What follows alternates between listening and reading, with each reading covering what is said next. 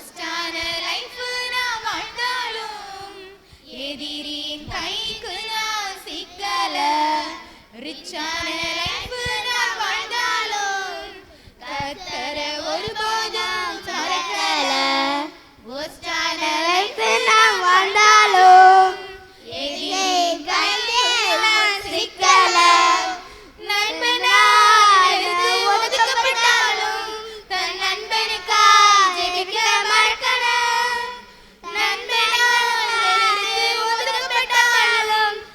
இடத்தில் வருகிறதற்கு இடம் கொடுங்கள், அவர்களை தடை பண்ணாதிருங்கள். பரலோக ராஜ்யம் அப்படிப்பட்டவர்களுடையது.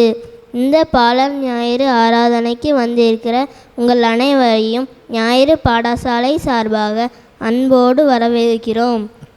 ஆராதனைக்கு ஆரம்பமாகவும் ஆண்டவரை மகிமைப்படுத்துவதற்காகவும் அவரை போற்றி புகழவும் துதித்து பாடவும் முழங்கால் ஊன்றி ஆரம்ப ஜெபம் செய்வோம். குழந்தைகள் பாலகருடைய வாயினால் பலன் உண்டு பண்ணி உமக்கு மகிமையுண்டாகும்படி செய்த சர்வ வல்லமையுள்ள தேவனே, இந்த மகிழ்ச்சியான நாளில் உம்மை துதிக்கிறோம், மகிமைப்படுத்துகிறோம், உமக்கு நன்றி செலுத்துகிறோம். எங்கள் அன்பு தந்தையே, திருமைந்தன் இயேசு இவ்வுலகில் குழந்தையாக பிறக்கவும் அந்த பர்வதத்திற்குரிய மாசற்ற தன்மையை தரித்து கொண்டதோடு அவரிடம் வந்த குழந்தைகளை அன்புடன் ஏற்றுக்கொண்டு அரவணைத்து ஆசீர்வதித்தாரே. இன்று திருமுன் வந்திருக்கிற குழந்தைகளையும் பெற்றோர்களையும் ஆசீர்வதித்தருளும். ஞானத்திலும் வளர்த்திலும் தேவ கிருபையிலும் நாங்கள் வளர்ந்து உமக்கு என்றும் ஊழியம் செய்ய அருள் தாரும். இந்த சிறப்பு ஆராதனையை ஆசீர்வதித்து உமது அன்பின் பிரசனத்தை நாங்கள் உணர்ந்து கொள்ள அருள் புரிய வேண்டும் என்று எங்கள் ஆண்டவர் மீட்பரும் ஆகிய இயேசு கிறிஸ்துவின் மூலம் வேண்டிக் கொள்கிறோம். ஆமேன். ஆராதனைக்கு ஆரம்பமாக நாம் யாவரும் எழுந்து நின்று கீதங்களும் கீர்த்தனைகளும் பாடலேன் 378 பாடுவோம்.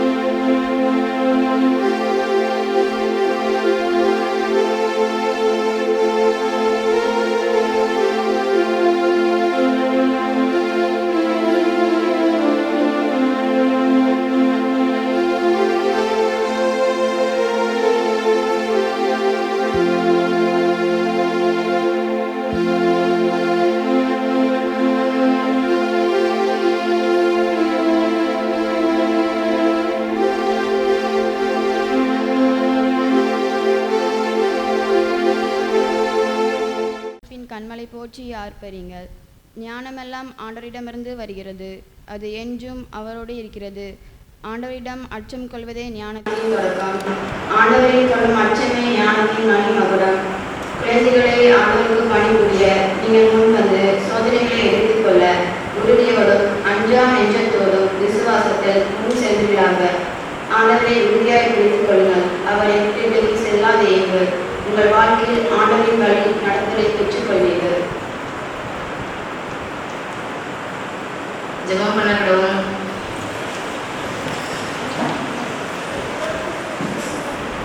அன்பு குழந்தைகளே, தேவனுடைய சமூகத்தை நம்மை தாக்கி அர்ப்பணிப்போம். பாவியை ரட்சிக்கவே கிறிஸ்து இயேசு உலகத்தில் வந்தார். இயேசு கிறிஸ்து பாவத்தை வெறுக்கிறார், பாவியை நேசிக்கிறார். நமது குற்றங்களை அறிக்கை செய்து விட்டுவிடும் பொழுது இயேசு கிறிஸ்து நம்மை ஏற்றுக்கொள்கிறார். நம்மை தாழ்த்தி நமது குற்றங்களை அறிக்கை செய்வோமா? கடவுளின் கட்டளைகளையும் கற்பனைகளையும் கடைபிடிக்க தவறியிருக்கிறோமா? நமது பெற்றோர்கள் பெரியோர்களை கணம் பண்ண மறந்திருக்கிறோமா? ஆசிரியருக்கு கீழ்ப்படிய மறந்திருக்கிறோமா? ஆலய ஆராதனை ஞாயிறு பாடசாலை வகுப்புகளில் ஒழுங்காய் பங்கு பெற மறந்திருக்கிறோமா? நம்முடைய சகோதர சகோதரியிடம் அன்பு செலுத்த தவறியிருக்கிறோமா? நமது தவறுகளை உணர்வோம், இயேசுவிடம் அறிக்கை செய்வோம். நமக்கு மன்னிப்பு உண்டு, விடுதலை உண்டு, மகிழ்ச்சி உண்டு. ஒருவன் சிறு பிள்ளையை போல் மாறினால் மட்டுமே பரலோக வாழ்வை பெற்றுக்கொள்ள முடியும் என்று போதித்து எங்களை மேன்மைப்படுத்திய கிறிஸ்துவே, நாங்கள் உமது கட்டளைகளையும் கற்பனைகளையும் கடைபிடிக்க மறந்திருக்கிறோம். எங்கள் பெற்றோர்களை கனம் பண்ண மறுப்பதை நினைத்து உண்மையாய் வருந்துகிறோம். ஆசிரியர்களுக்கும் பெரியவர்களுக்கும் கீழ்ப்படிய மறுப்பதை நினைத்து உண்மையாய் வருந்துகிறோம். எங்கள் அன்பற்ற தன்மைகளையும் மற்றவர்களை மன்னிக்க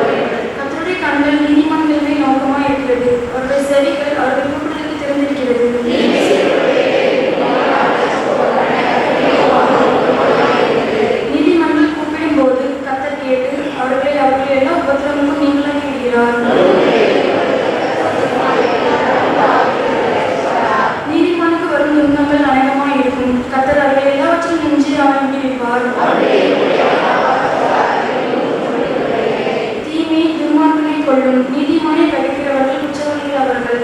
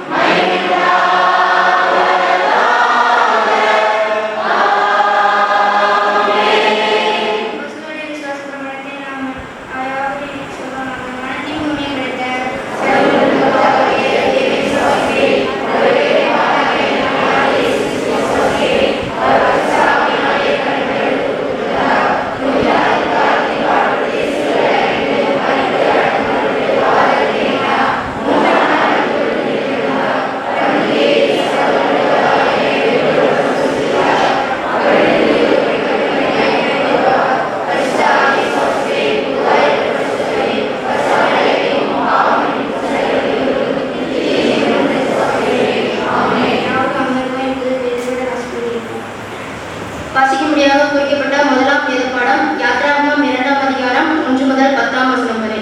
யாத்ராகமம் 2ஆம் அதிகாரம்.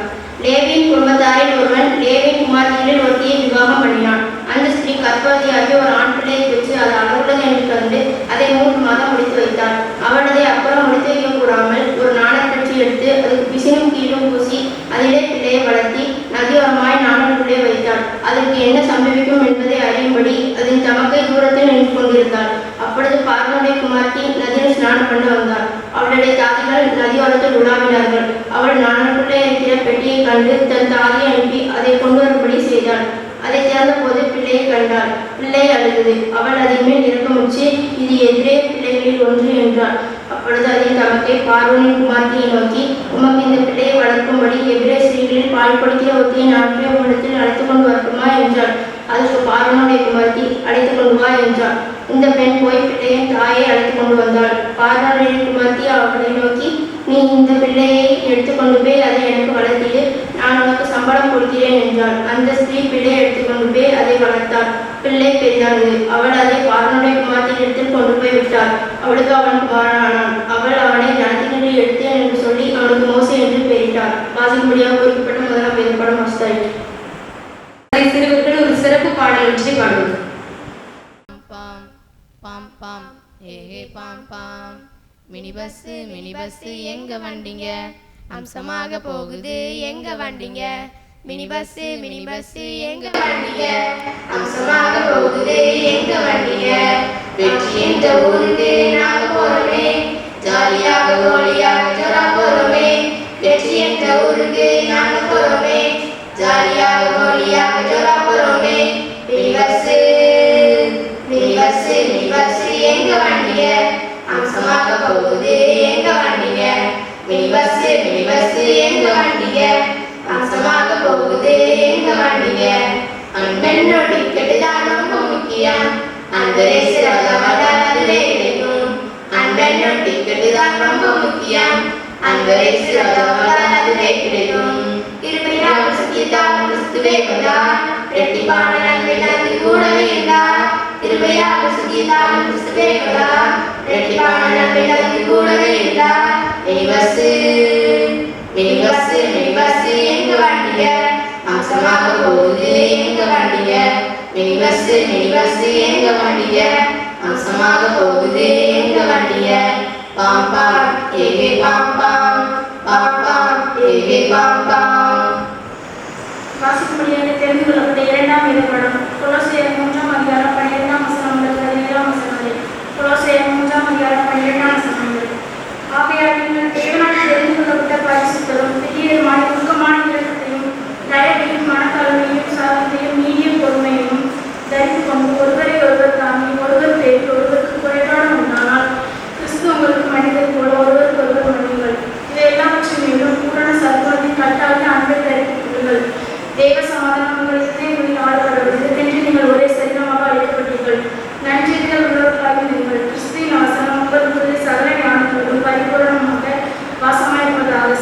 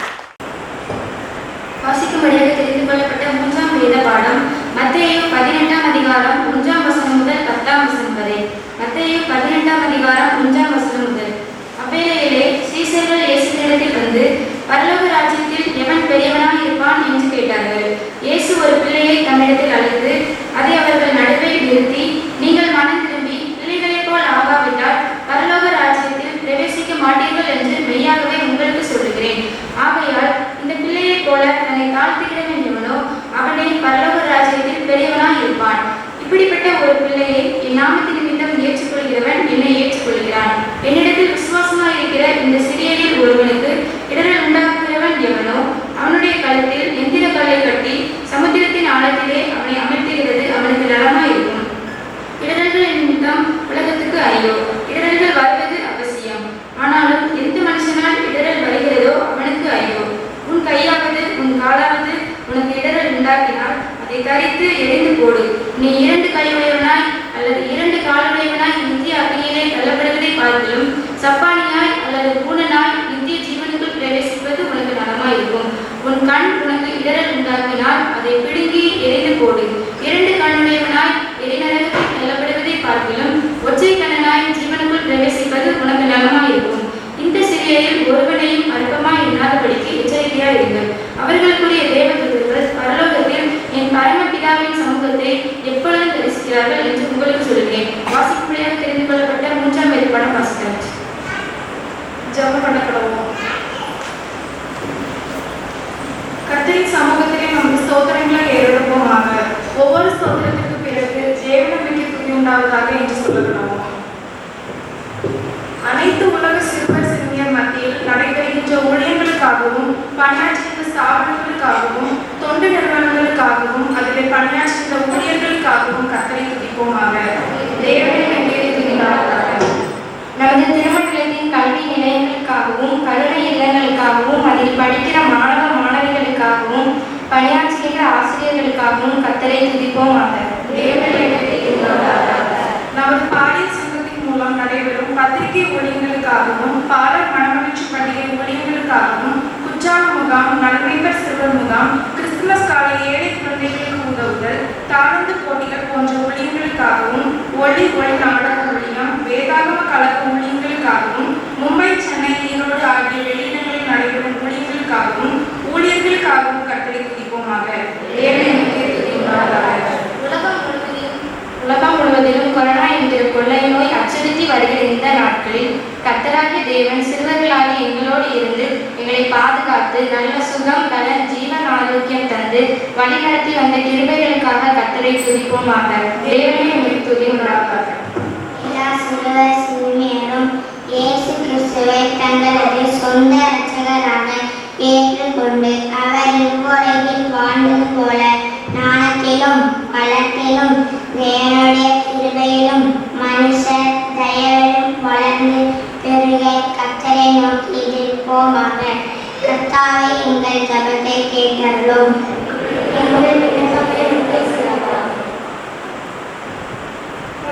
தொழிலாளருக்காக சிறப்பாக தீபிடி பட்டாசு போன்ற ஆபத்தான பணிகளில் ஈடுபடுகின்ற குழந்தைகளுக்காகவும் ஒத்தரிமைகளாக வீடுகளில் தொழிற்கூடங்களில் வேலை செய்கின்ற குழந்தைகளுக்காகவும் குழந்தைகளின் மீட்புக்காகவும் கர்த்தரை நோக்கி ஜெபிப்போமாக. கர்த்தாவே எங்கள் ஜெபத்தை கேட்டருளும்.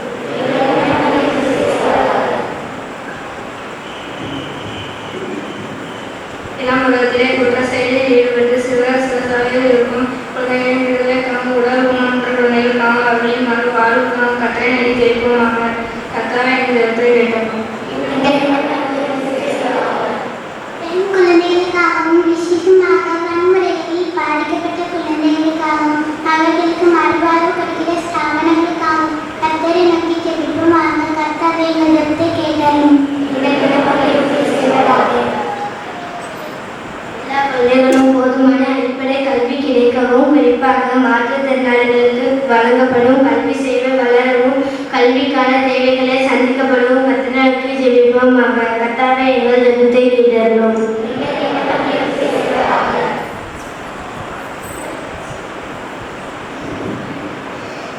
நமது அனைத்து ஞாயிறு பாடசாலை குழந்தைகளுக்காகவும் அவர்களின் ஆவிக்குரிய வளர்ச்சிக்காகவும் உலக பிரபலமான ஞானத்துக்காகவும் கற்றுக் கொடுக்கிற ஆசைக்காகவும் கர்த்தரை நோக்கி ஜெபிப்போமாக. கர்த்தாவே எங்கள் ஜெபத்தை கேட்டருளும்.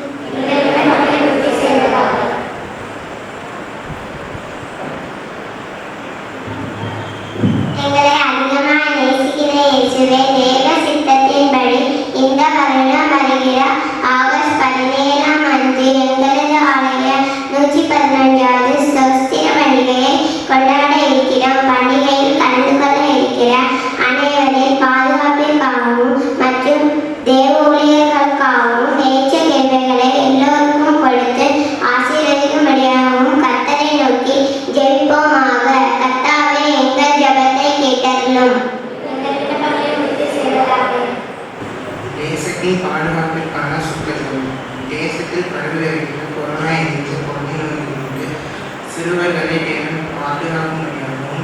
இயற்கை சிகிச்சையின் மூலம் ஏற்படுகிற வேலைகளிலிருந்து தேசத்தை பாதுகாக்கும் கிடையாது. கட்டளை நோக்கி ஜெயிப்போமாக. கட்டளை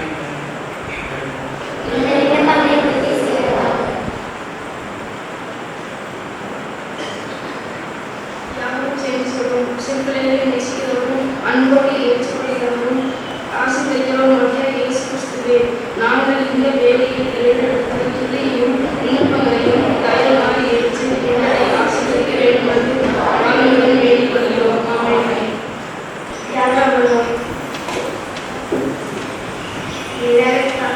காலத்தின் சிறுவர்களின் நிலை இன்றைய சிறுவர்களின் நிலை என்ற கருத்தை மையமாக வைத்து பயணம் என்ற தலைப்பில் நம் திருச்சபையின் சிறுகுழந்தைகள் நாடகம் நடத்தப்பட்ட வருகின்றனர். இப்போ நம்மகிட்ட கவிதை இருக்காங்க, அவங்களோட சில கேள்விகள்லாம் கேட்கலாம்.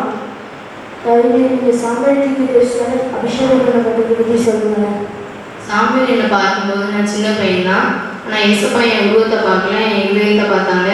அதிகாலையில் ஏசப்பாட்டு ஜெபம் பண்ணுவேன். ஏசப்பா தான் எனக்கு எல்லாமே. நீங்கள் ஃப்ரீ டைமில் என்ன பண்ணுவீங்க?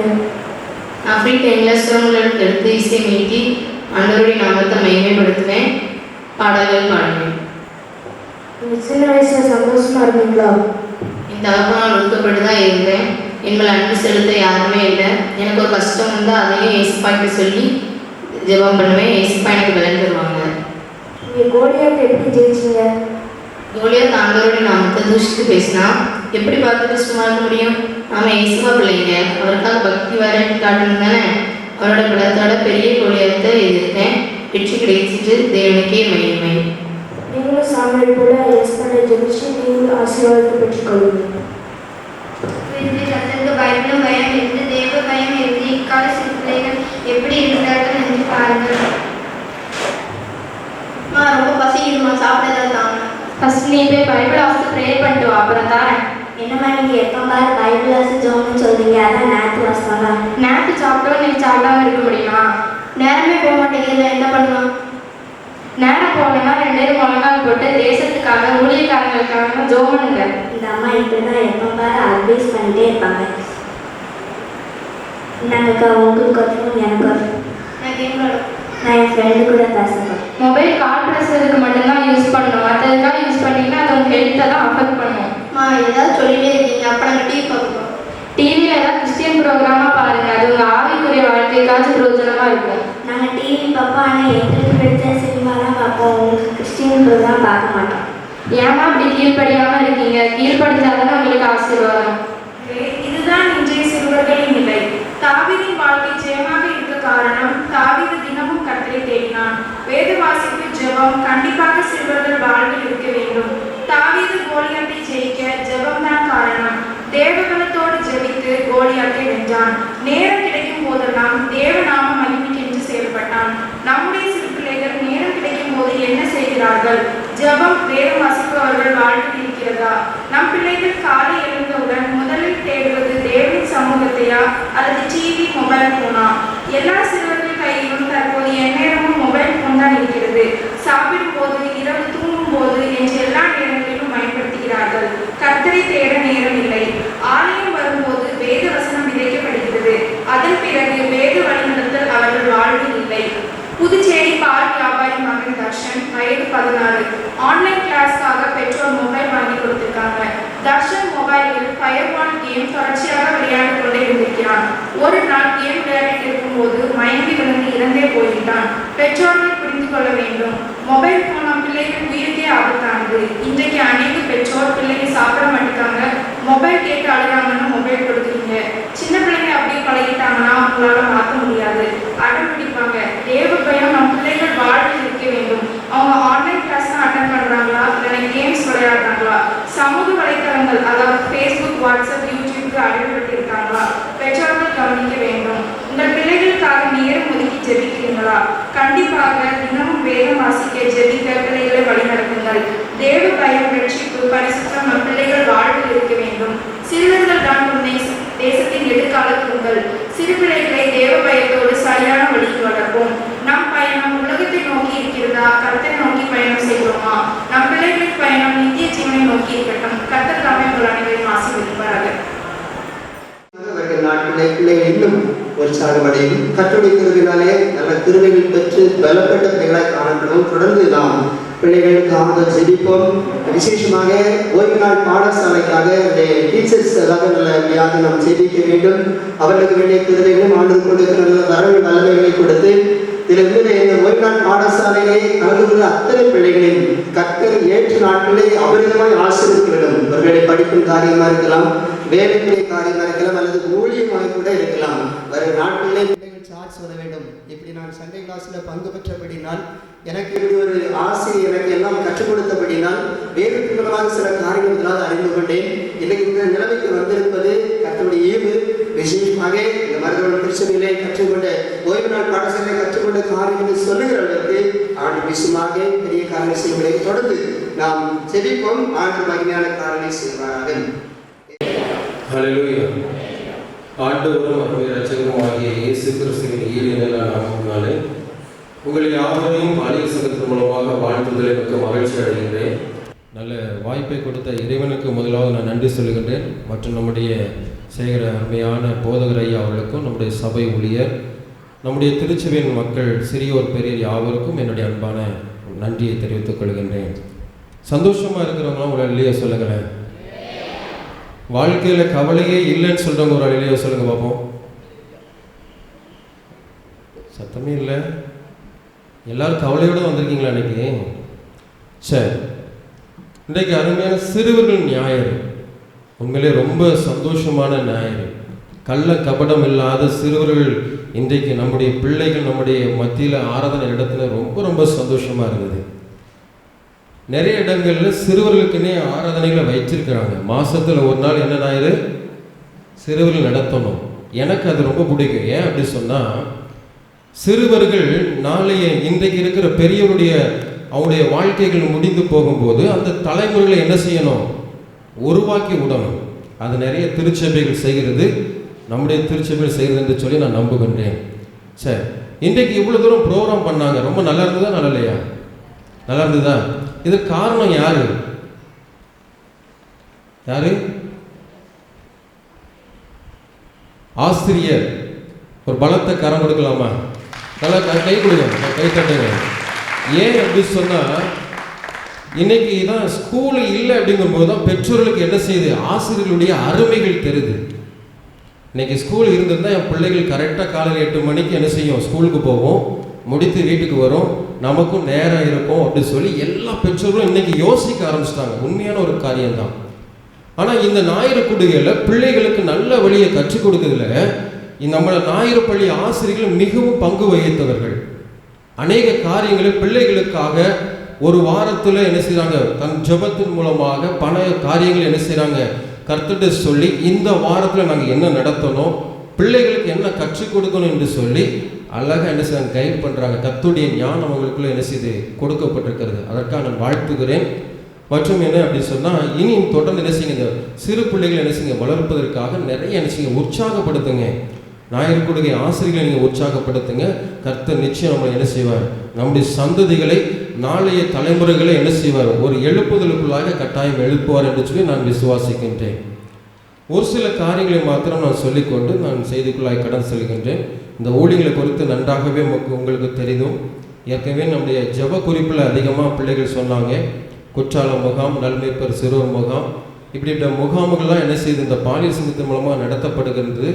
குறிப்பாக இந்த ஊழியத்தில் இந்த பாலியல் சங்கம் ஆரம்பிக்கப்பட்டது 1981ஆம் ஆண்டு என்ன செய்து ஆரம்பிக்கப்பட்டு சிறு பிள்ளைகளுக்காகவே ஆரம்பிக்கப்பட்டு இன்றைக்கு பக்தியாய் வளர்ந்து பெருகி கிட்டத்தட்ட சென்னையில், மும்பையில், ஈரோடு, நம்முடைய 6 கவுன்சில் பகுதிகளில் 39 முழு நேர ஊழியர்கள் என்ன செய்கிறாங்க அப்படின்னு சொன்னால் பணி செய்து கொண்டிருக்கிறாங்க. இவங்களுக்காக நீங்கள் ஜெபித்துக் கொள்ளுங்க. ஃபுல் டைம் என்ன செய்கிறாங்கன்னா இந்த முழு நேர பணியை செய்கிறாங்க. அதில் இவங்களுக்காக ஜெபித்துக் கொள்ளுங்கள். இந்த வருடத்தில் கூட பயணம் அப்படிங்கிற ஒரு தலைப்பில் நாங்கள் என்ன செய்கிறோம், பாடல் கதைகள்லாம் நாங்கள் என்ன செய்கிறோம், வெளியிட்டுக்கிறோம். நேற்று தான் நம்முடைய ஞாயிறு கூடுகை ஆசிரியர் பயிற்சி முகாம் நம்முடைய பெருமாள்புரம் சர்ச்சில் வச்சு நடைபெற்றது. நம்முடைய ஆசிரியர்கள் கூட என்ன செய்கிறாங்க, பங்கு பெற்றாங்க. அதில் இந்த வருஷம் நம்முடைய பயணம் எப்படிப்பட்டதாக இருக்கணும் அப்படி சொன்னால், பூமிக்குரிய பயணம் இல்லை, எப்படிப்பட்ட பயணமாக இருக்கணும், அந்த பரலோகத்திற்கு நம்ம பிள்ளைகளை நல்ல பொக்கிஷமாக உருவாக்குற ஒரு பயணமாக இருக்கணும். அல்லேலூயா. அல்லையா? அதை ஒவ்வொருவரும் நம்ம என்ன செய்யணும், அதை தொடர்ந்து நல்ல பயணத்தை நல்ல காரியங்களை பிள்ளைகளுக்கு விதைப்போம். நம்ம என்ன செய்யணும், அந்த பிள்ளைகளுக்காக நம்ம என்ன செய்யணும், தொடர்ந்து ஜெபிக்கணும். அந்த பிள்ளைகளுக்காக என்ன செய்யணும், அநேக பாரப்படணும். அதுதான் கர்த்தர் என்ன செய்கிறார், விரும்புகிறார். சிறு பிள்ளைகள் என்னிடத்தில் வருகிறதற்கு இடம் கொடுங்கள் அப்படி சொல்லுகிறார். இன்னும் கூட நீங்கள் என்ன செய்யணும், அந்த ஊழியத்திற்காக என்ன செய்யலாம், நீங்கள் தொடர்ந்து ஜெபம் பண்ணுங்கள். ஒரே ஒரு காரியத்தை மாத்திரம் நான் சொல்லிக் கொள்கிறேன். நீங்கள் எல்லாரும் நிச்சயமாக அந்த இடத்துல பொருத்தனை செஞ்சுட்டு போகணும். என்ன அப்படி சொன்னால், பாலியல் சங்க ஊழியத்திற்காக நான் ஒரு நாளில் ஒரு 10 நிமிடமாக நான் ஜெபம் பண்ணுவேன் அப்படி சொல்கிறவங்க மாத்திரம் கை தூக்குங்க போகும். உங்களோட தொட்டு கேட்கல. பாலியல் சங்கத்திற்காக ஒரு 10 நிமிடம் நான் ஜெபம் பண்ணுவேன். ஒருத்தம் ஜெபம் பண்ண முடியுங்களா? கர்த்தர் பார்த்துட்டு இருக்காங்க. ஊழியத்துக்கு தான் கேட்குறேன், எனக்கு காசு கேட்க வரல. நான் ஜெபம் பண்ணுவேன். சரி, ஒரு சிலர் கையை தூக்கிறதுக்கு கூச்சப்பட்டு இருக்கீங்க, பரவாயில்ல. ஏன்னா நானும் அந்த சைடு இருந்தால் அப்படி தான் இருப்பேன், நான் விசுவாசிக்கிறேன். அல்லேலூயா. நீங்கள் எல்லாரும் ஜெபிப்பீங்கிற நம்பிக்கையோட நான் சொல்கிறேன். மறந்துடாதீங்க, உங்கள் சந்ததிகளுக்கு நாம் பொறுப்பாக இருக்கணும். அதில் தினமும் நீங்கள் ஜெபிக்கணும், அதை மறந்துடாதீங்க. இன்றைக்கு இந்த ஊழியம் முடித்த பிறகு ஒரு சில வீடுகளை சந்திக்க வரும்போது நீங்கள் என்ன செய்யுங்க, நான் உங்களை பார்ப்பேன். நீங்கள் இந்த ஊழியத்தை நம்மோடு பேச வேண்டும். ஒரு மன சிந்தனை ஆண்டவர் தர வேண்டும். என்னோட பேசுங்க ஆண்டவர்னு சொல்லி கேட்பீங்களா? என் கூட பேசுங்கப்பா. ஒவ்வொரு வாரமும் இதே நேரத்தில் ஆலய ஆராதனை நடக்கின்றது. இன்னைக்கு என்னோட பேசுங்கப்பா. எத்தனையோ நாட்களாய் ஆலயங்கள் அடைக்கப்பட்டிருந்தது. வீடுகளில் உட்கார்ந்து கொண்டு நாம் செய்திகளிலே, டிவிகளிலே, யூடியூப் சேனல் வாயிலாக அநேக ஆராதனைகளை நாம் பார்த்து கலந்து கொண்டோம். இன்றைக்கு ஆண்டவர் நம்முடைய இயேசு கிறிஸ்து ஆலயத்தை திறந்து தந்திருக்கின்றார். ஏன் தெரியுமா? இனி ஒரு வாழ்வு இயேசுவுக்காய் வாழும்படி, இந்த இயேசுவுக்காக நம்மை அர்ப்பணிக்கும்படி மீண்டும் ஒரு புதிய வாழ்வை தந்திருக்கின்றார். நாம் அர்ப்பணிப்போமா? இயேசப்பா, இத்தனை ஆண்டு காலமாக நடத்தி வந்தீங்க, நன்றி ஆண்டவரே. இந்த சிறுவர் ஆராதனையில் கூட நாங்கள் குடும்பமாய் சேர்ந்து உம்மை மகிமைப்படுத்த நாங்கள் வந்திருக்கிறோம் ஆண்டவரே. இந்த நேரத்தில் இந்த செய்திகளை நீங்கள் ஆசீர்வதித்து தாங்க இயேசப்பா. என் வாழ்க்கையில் அது பிரயோஜனமாக இருக்கட்டும், என் வாழ்க்கையில் அது ஒரு மாற்றத்தை உண்டாக்கட்டும் என்று சொல்லி கேளுங்க. அன்பின் ஆண்டவரே, தகுதியில்லாத அடிமை ஆண்டவரே, இந்த இடத்துல நிற்பதற்கு எனக்கு எந்த ஒரு தகுதி இல்லை அப்பா. என்னை மறைத்து நீங்கள் வெளிப்படுங்க.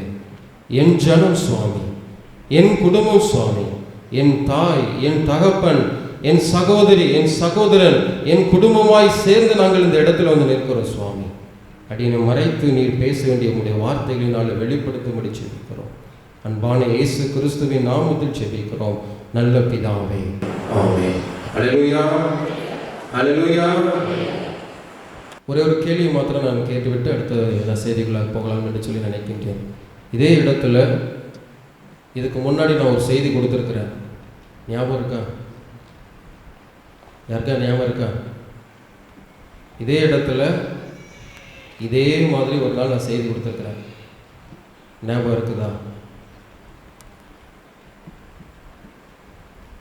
சொன்னீங்கன்னா ஒரு பரிசு கொடுத்துருக்கிற அருமையான நல்ல ஒரு வசனம் 3 யோவான் 1:4, ஒரே ஒரு அதிகாரம் தான் இருக்கிறது.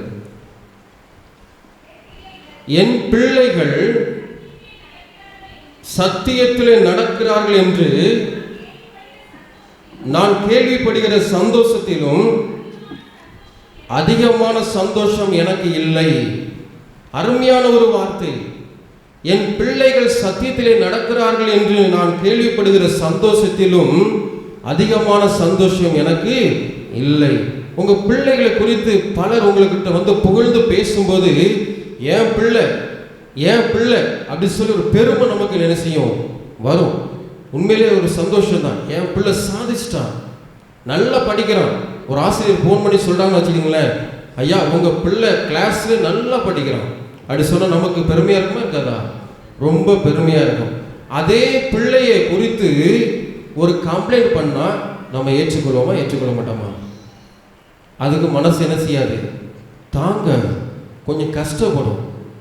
என் பிள்ளையை குறை சொல்லிட்டாங்களே, ஒருவேளை என் பிள்ளை என்ன செஞ்சிச்சு, நல்லா படிக்கிறான்னு சொல்லும்போது எனக்கு பெருமையா இருந்தது. இன்னைக்கு அந்த படிப்பை விட்டு தூரமாய் போகும்போது எனக்கு ரொம்ப மன வருத்தமாக இருக்கிறது என்று சொல்லி நமக்குள்ள என்ன செய்யும், ஒரு கலக்கம் உண்டாகும். ஒரு மனிதர், ஒரு பத்திரிகை ரிப்போர்ட்டர் இந்த ஐயா மாதிரி ஒரு கேமரா எடுத்துட்டு என்ன செஞ்சாங்கன்னா ஒரு இடங்களுக்கு சென்றார். செல்லும்போது ஒரு 5ஆம் வகுப்பு படிக்கக்கூடிய ஒரு மாணவன் என்ன செய்தான்னா ஒரு சாக்கு பையை தூக்கி வச்சுக்கிட்டு அப்படியே ரோட்டோரங்கள் இருக்கிற குப்பைகள்லாம் பொறுக்கிக்கிட்டே இருந்தான். அப்போ அவர்கிட்ட அவர் கேட்டார், தம்பி நான் தினமும் இந்த வழியை என்ன செய்கிறேன், யாரெல்லாம் கவலையோடு இருக்கிறாங்களோ அவங்கள பார்த்து நான் என்ன செய்கிறேன், இந்த கேமரா மூலமாக நான் அவங்கள ஷூட் பண்ணி நான் என்ன செய்கிறேன், பார்த்து அவங்க கவலைகள் என்னன்னு சொல்லி நான் கேட்டுக்கொண்டு இருக்கிறேன் அப்படின்னு சொல்லி சொன்னார். நீ ஏன் இந்த கவலையோடு இந்த படிக்க வேண்டிய வயசில் இந்த குப்பையை பொறுக்கிட்டு இருக்கியே ஏன்பான்னு கேட்டார். அப்போ அவன் சொன்னான், ஐயா எங்கள் வீட்டில் என் தகப்பனார் ஒரு பயங்கரமான குடிகாரர். தினமும் குடிச்சிட்டு எங்கள் வீட்டில் பயங்கர கலாட்டா பண்ணுவாங்க. எங்கள் அம்மாவை சும்மா இருக்க மாட்டாங்க, அடித்து துன்பப்படுத்துவாங்க. எங்கள் அம்மா தினமும் அழுவாங்க. எங்களுக்கு சாப்பாட்டுக்கு ஒரு நாள் கூட என்ன செய்யுது, அரிசி இருக்காது. எங்கள் அம்மா எங்கேயாவது ஒழிச்சு வச்சிருக்க பணத்தை கூட திருடிட்டு கொண்டு போய் குடிச்சிட்டு போயிடுவாங்க. நாங்கள் பட்னியாக இருந்திருக்கோம் ஐயா. அதனால் நான் என்ன செய்கிறேன்னா ரோட்டு இடத்துல கிடக்கிற இந்த பிளாஸ்டிக்கு இல்லை வேறு ஏதாவது கிடக்கிறத நான் எடுத்து கொண்டு போய் கொடுத்து அதில் கிடக்கிற வருமானத்தை எடுத்து கொண்டு போய் என் தாய்கிட்ட நான் மறைச்சி கொண்டு போய் கொடுப்பேன். என் தாய் என்ன செய்வாங்கன்னு சொன்னால் அதில் மறைச்சி வச்சு எனக்கு ஒருவேளை ஆகாரத்தை தருவாங்க. வருத்தத்தோடு சொன்னான். காரணம் யாரு? காரணம் யாரு? பெற்றோர். இன்னொரு தகப்பனார என்னை நேரில் சந்திச்சேன். பல வருடங்கள் இருக்கும் இந்த ஊழியத்துக்கு வந்ததுக்கு பின்பு. அவர் பேர் டேனியல். அவரை திடீரென்று சந்திக்க ஒரு வாய்ப்பு கிடைத்தது. எப்படி என்று சொன்னால், ஒரு முறை எனக்கு தொலைபேசி தொடர்பு மூலமாக இப்படி ஒரு மனிதர் இருக்கிறார், அவர்களை சந்திக்க வேண்டும் என்று சொல்லி என்னை அழைத்தார்கள். அப்படி ஜெபத்தோடு அவர்களை போய் சந்திக்க போனேன். யார் அப்படி சொன்னால், டேனியல் என்கிற நபர் ஒரு திருநங்கைகளோடு தவறான தொடர்பு வைத்துக் கொண்ட ஒரு மனிதர். அவர்களை சந்தித்த போது அவர்கிட்ட பேசும்போது அவர் சொல்றார், என்னுடைய படிக்க வேண்டிய என் மகன் என்னை விட்டு பிரிந்து இருக்கிறான். சரி, அப்புறம் உங்க மனைவி? என் மனைவி என்னை விட்டு பிரிந்து இருக்கிறான். அப்போ அந்த தம்பியை கூப்பிட்டு கேட்கும்போது அவர் சொன்னா, எனக்கு வாழவே முடியலண்ணே, செத்துடலான்னு தோணுது. ஏன்னு சொன்னா, எங்க அப்பா ஒரு பக்கம் அப்படி போறாங்க, எங்க அம்மா ஒரு பக்கம் என்ன செய்றாங்க, ரெண்டு பேரும் பிரிந்து இருக்கிறாங்க. கடைசியில் நான் சாப்பாட்டுக்கு என்னுடைய காரியங்களுக்காக படிப்பிற்காக நான் என்ன செய்கிறேன், ரொம்ப கஷ்டப்படுறேன். எனக்கு ஃபீஸ் கூட கட்ட முடியல, நான் படிப்பை நிப்பாட்டிட்டேன் அப்படின்னு சொன்னான். காரணம் யாரையா? காரணம் பெற்றோர். இந்த பிள்ளைகள் உருவாக்கணும், இந்த பிள்ளைகளை நல்ல வழியில் நடத்தணும் அப்படி சொன்னா கர்த்தர் நம்ம கொடுத்திருக்கிற ஞானத்தின்படி, இந்த வேதத்தின்படி நம்ம என்ன செய்யணும், பெற்றோர்களாகிய நாம தான் வளர்க்கணும். நம்மகிட்ட தான் கடமை, நம்மகிட்ட பொறுப்பு கொடுத்துருக்குறாங்க.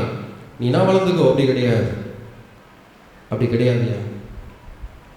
இப்போ இருக்கிற சொன்னது போல இன்னைக்கு இருக்கிற இந்த ட்ரெண்டில், இந்த காலகட்டத்தில் பிள்ளைகளுடைய கரங்களில் செல்ஃபோன், டிவி, இன்டர்நெட் மூலமாக பல காரியங்களை விழுந்துட்டு வெளியில் வர முடியல. நான் தைரியமாக சொல்லுவேன், காரணம் நம்ம தாங்க. ஒரு சாப்பாடை ஊட்டி கொடுத்தோம்னா அந்த சாப்பாடு சாப்பிட்றதுக்கு முன்னாடி அந்த பிள்ளைகளுக்கு இதை பார்த்துக்கிட்டே நீ என்ன செய்ய சாப்பிடுன்னு சொல்லி நம்ம பாட்டில் நம்ம வேலையை பார்க்குறோம்.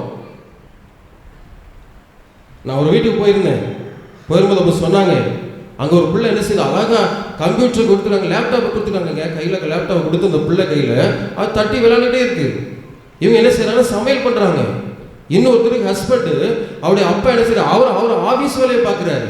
பிள்ளைகளை எப்படி நல்ல வழியில் நடத்த முடியும்? பிள்ளைகளுக்கு நேரமே செலவழிக்கிறது கிடையாது. எப்படி நடத்த முடியும்?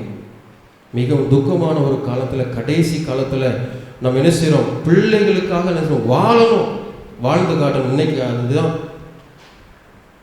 இன்னைக்கு அதை நம்ம செய்ய போகிறோம். முதல் பாயிண்ட் என்ன அப்படி சொன்னால், கர்த்தருக்காக பிள்ளையை வளர்க்கணும். கர்த்தருக்காக நீங்கள் பிள்ளையை வளர்க்கணும்.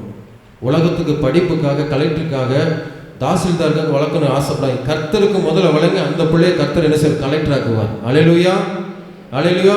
நீ கர்த்தர்கிட்ட கொண்டு போய் உங்கள் பிள்ளைகளை கொண்டு போய், இயேசுவே என் பிள்ளையை நான் ஒப்பு கொடுக்குறேன்னு சொல்லுங்க, கர்த்தர் அந்த பிள்ளையை வளர்த்து காட்டுவார். ஐயா, ஒருவேளை எனக்கு மனதில் இப்போ ஏவுதுயா, ஒரு சின்ன ஜெபம் மட்டும் ஒரே நிமிஷம் பண்ண போகிறோம். என் மனதில் ஏவுது. ஏன் அப்படி சொன்னால், இத்தனை பிள்ளைகள் எடுக்கிறாங்கன்னா எங்கள் பெற்றோர்கள்லாம் பார்க்கும்போது ஒருவேளை இந்த யூடியூப் சேனல் மூலமாக பார்க்கும்போது என் பிள்ளைகள் ஆலயத்தில் இன்னைக்கு ப்ரோக்ராம் பண்ணாங்க, எவ்வளோ சந்தோஷம் நினைக்கும் போது நீங்கள் நினைப்பீங்க, ஒருவேளை இந்த கூட்டத்தில் ஒருவேளை யூடியூப் சேனல் மூலமாக வெளியில் பார்க்குற வலைத்தளங்களை பார்க்குறவர்கள் எனக்கு ஒரு குழந்தை இல்லைன்னு சொல்லி நினைக்கும் போது, என் குழந்தையும் இத்தனை வருஷம், எனக்கு திருமணமாகி இத்தனை வருஷம் ஆச்சு, எனக்கு ஒரு குழந்தை இருந்தால் என் குழந்தையும் இப்படி ஆலயத்தில் போய் ஒரு ப்ரோக்ராம் பண்ணியிருக்கோம், ஆலயத்தில் போய் நிற்குமேன்னு சொல்லி வடிக்கிற கண்ணீர் வடிக்கிற எத்தனை தாய்மார் எத்தனை தகப்பன்மார் இருப்பாங்க.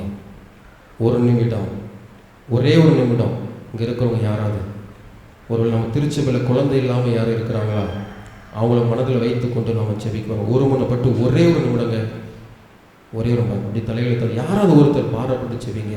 ஒருவேளை இதை பார்த்து கொண்டுக்குள்ள யாராக இருந்தாலும் அவங்களுக்கு குழந்தை பாக்கி இந்த வருஷம் கொடுக்கணும், அந்த குழந்தை இயேசுக்காக அவங்க வளர்க்கணும்னு சொல்லி யாராவது ஒரே ஒரு ஆள் மட்டும் ஒரு நிமிடம் ஜெபம் பண்ணுங்களேன்.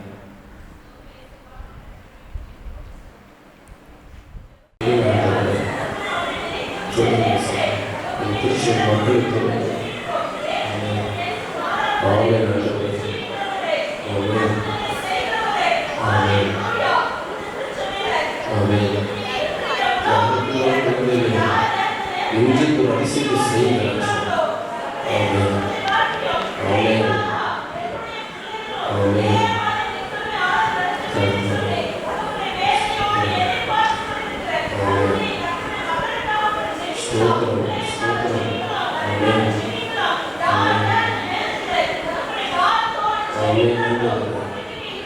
இறங்குங்க சுவாமி, இறங்குங்க. ஆமென். ஆமென் ஆண்டவரே. ஆமென். ஆமென்.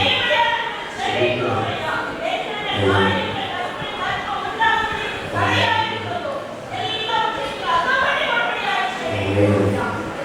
தொடர்ந்து நம்ம சபையில் அப்படிப்பட்டவங்க யாராக இருந்தாலும் எங்கே இருந்தாலும் அவங்களை ஒரு லிஸ்ட்டு போட்டு எடுத்து வச்சுங்க, ஜெபம் பண்ணுங்க. மிகுந்த வருத்தத்தோடு இருப்பாங்க. அதானே எவ்வளோ கவலை இருக்கும் அவங்களுக்கு. இத்தனை வருஷம் ஆகிட்டு நான் குழந்தைகள்னு சொல்லி என்கிட்ட லிஸ்ட் இருக்கு, நிறைய லிஸ்ட் இருக்கு. ஃபோன் பண்ணி சொல்லுவாங்க. சரி, நம்ம செய்திகளாக போவோம். அப்போ பாருங்க, அப்போ நம்ம என்ன செய்யணும் அப்படின்னு சொன்னா, கர்த்தருக்காக பிள்ளை என்ன செய்யணும், வளர்க்கணும். கர்த்தருக்காக பிள்ளை வளர்ப்பது சாதாரண விஷயம் கிடையாது, சாதாரண விஷயமே கிடையாது. பல போராட்டங்களை பல பிரச்சனைகளை செய்யணும், சந்திக்க வேண்டிய ஒரு சவாலான ஒரு காலம்.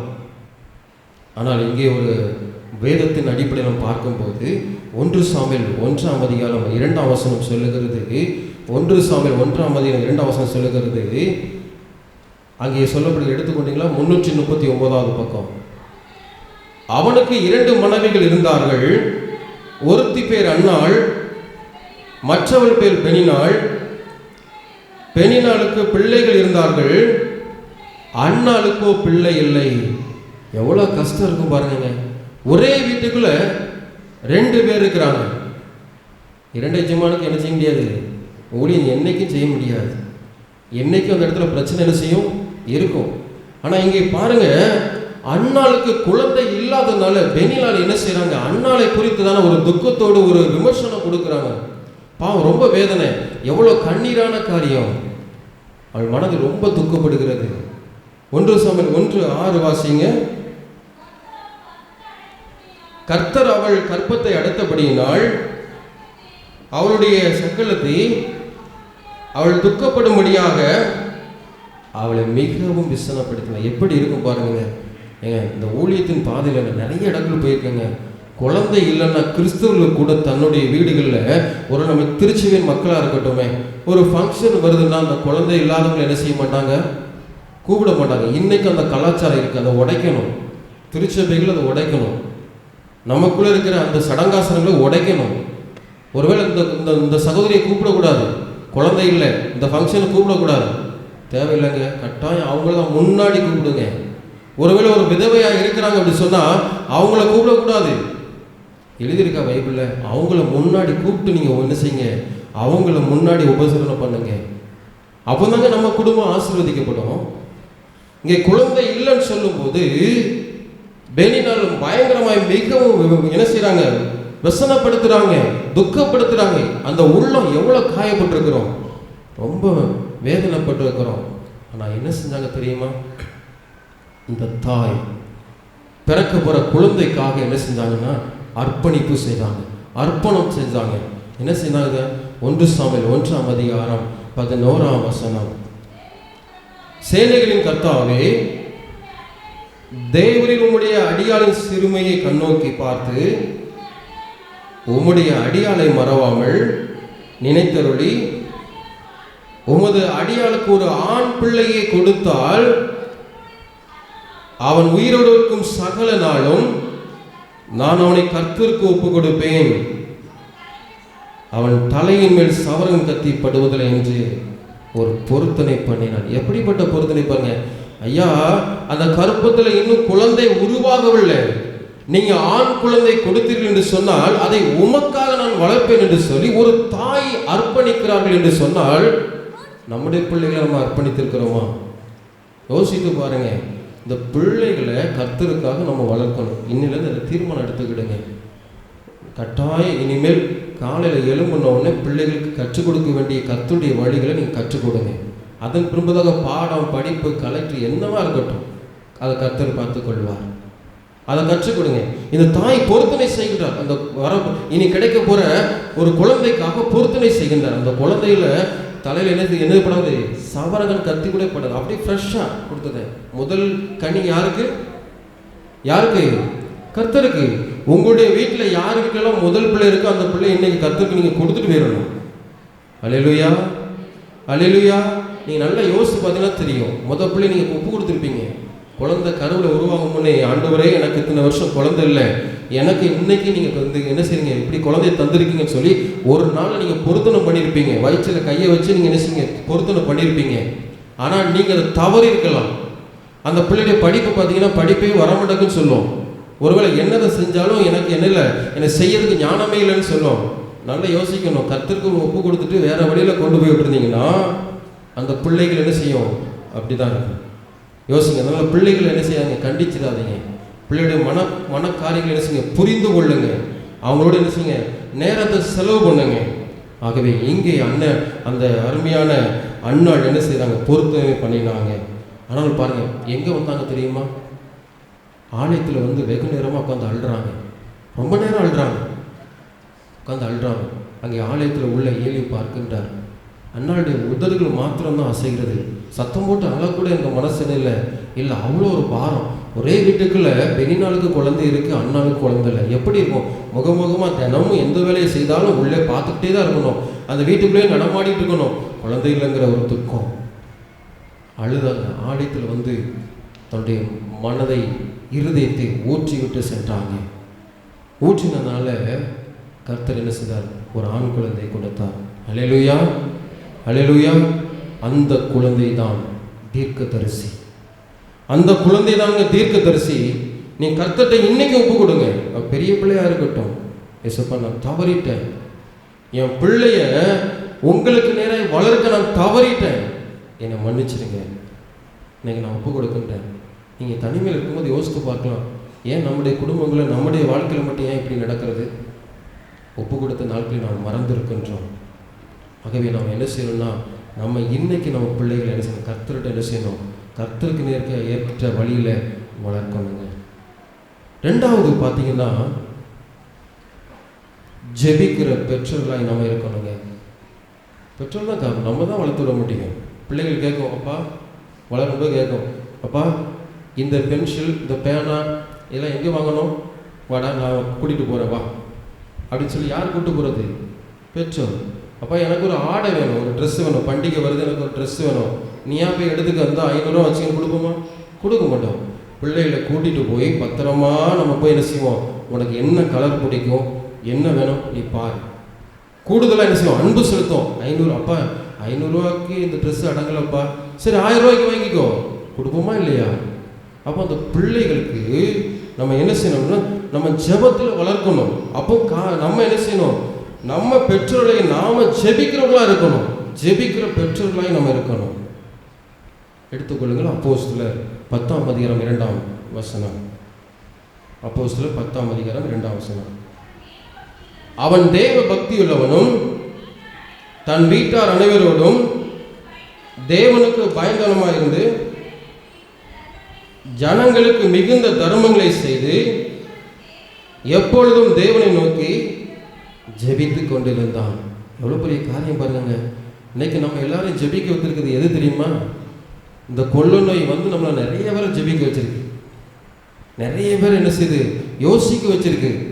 இன்னும் நம்ம அழிந்து போவோமோ, நம்முடைய சந்ததிகள் அழிந்து போவோமோ, இனி நம்ம என்ன செய்ய போறோம்னு சொல்லி இப்போ நம்மளை ஜெபிக்க வச்சிருக்குது. சீனா பார்த்தீங்களா? சீனா செய்தியில் பார்த்தீங்களா? மிகுந்த வருத்தமாக இருக்குது, வேதனையாக இருக்குது. ஒரு பக்கம் ஒரு அழிவு ஓடிக்கொண்டே இருக்கிறது. ஒருவேளை நம்ம பக்கம் வர்றதுக்கு என்னைக்கு வருமோ? ஆனால் நம்ம என்ன செய்யணும்? நம்ம பிள்ளைகளை ஒரு நல்ல வழியில் நடத்தி, ஒரு ஜெபிக்கிற கர்த்தருடைய நடத்துகிற பிள்ளைகளாக நம்ம என்ன செய்யணும்? பெற்றோர்கள் நம்ம என்ன உருவாக்கி விட்டுறோம். இதுக்கப்புறம் என்னது? பரலோக ராஜ்யம். இந்த உலகம் அழிந்தக்கப்புறம் பரலோக ராஜ்யம். அங்கே ஜட்ஜ்மெண்ட் வழங்கும் போது அங்கே பேர்கள் இருக்கணும்.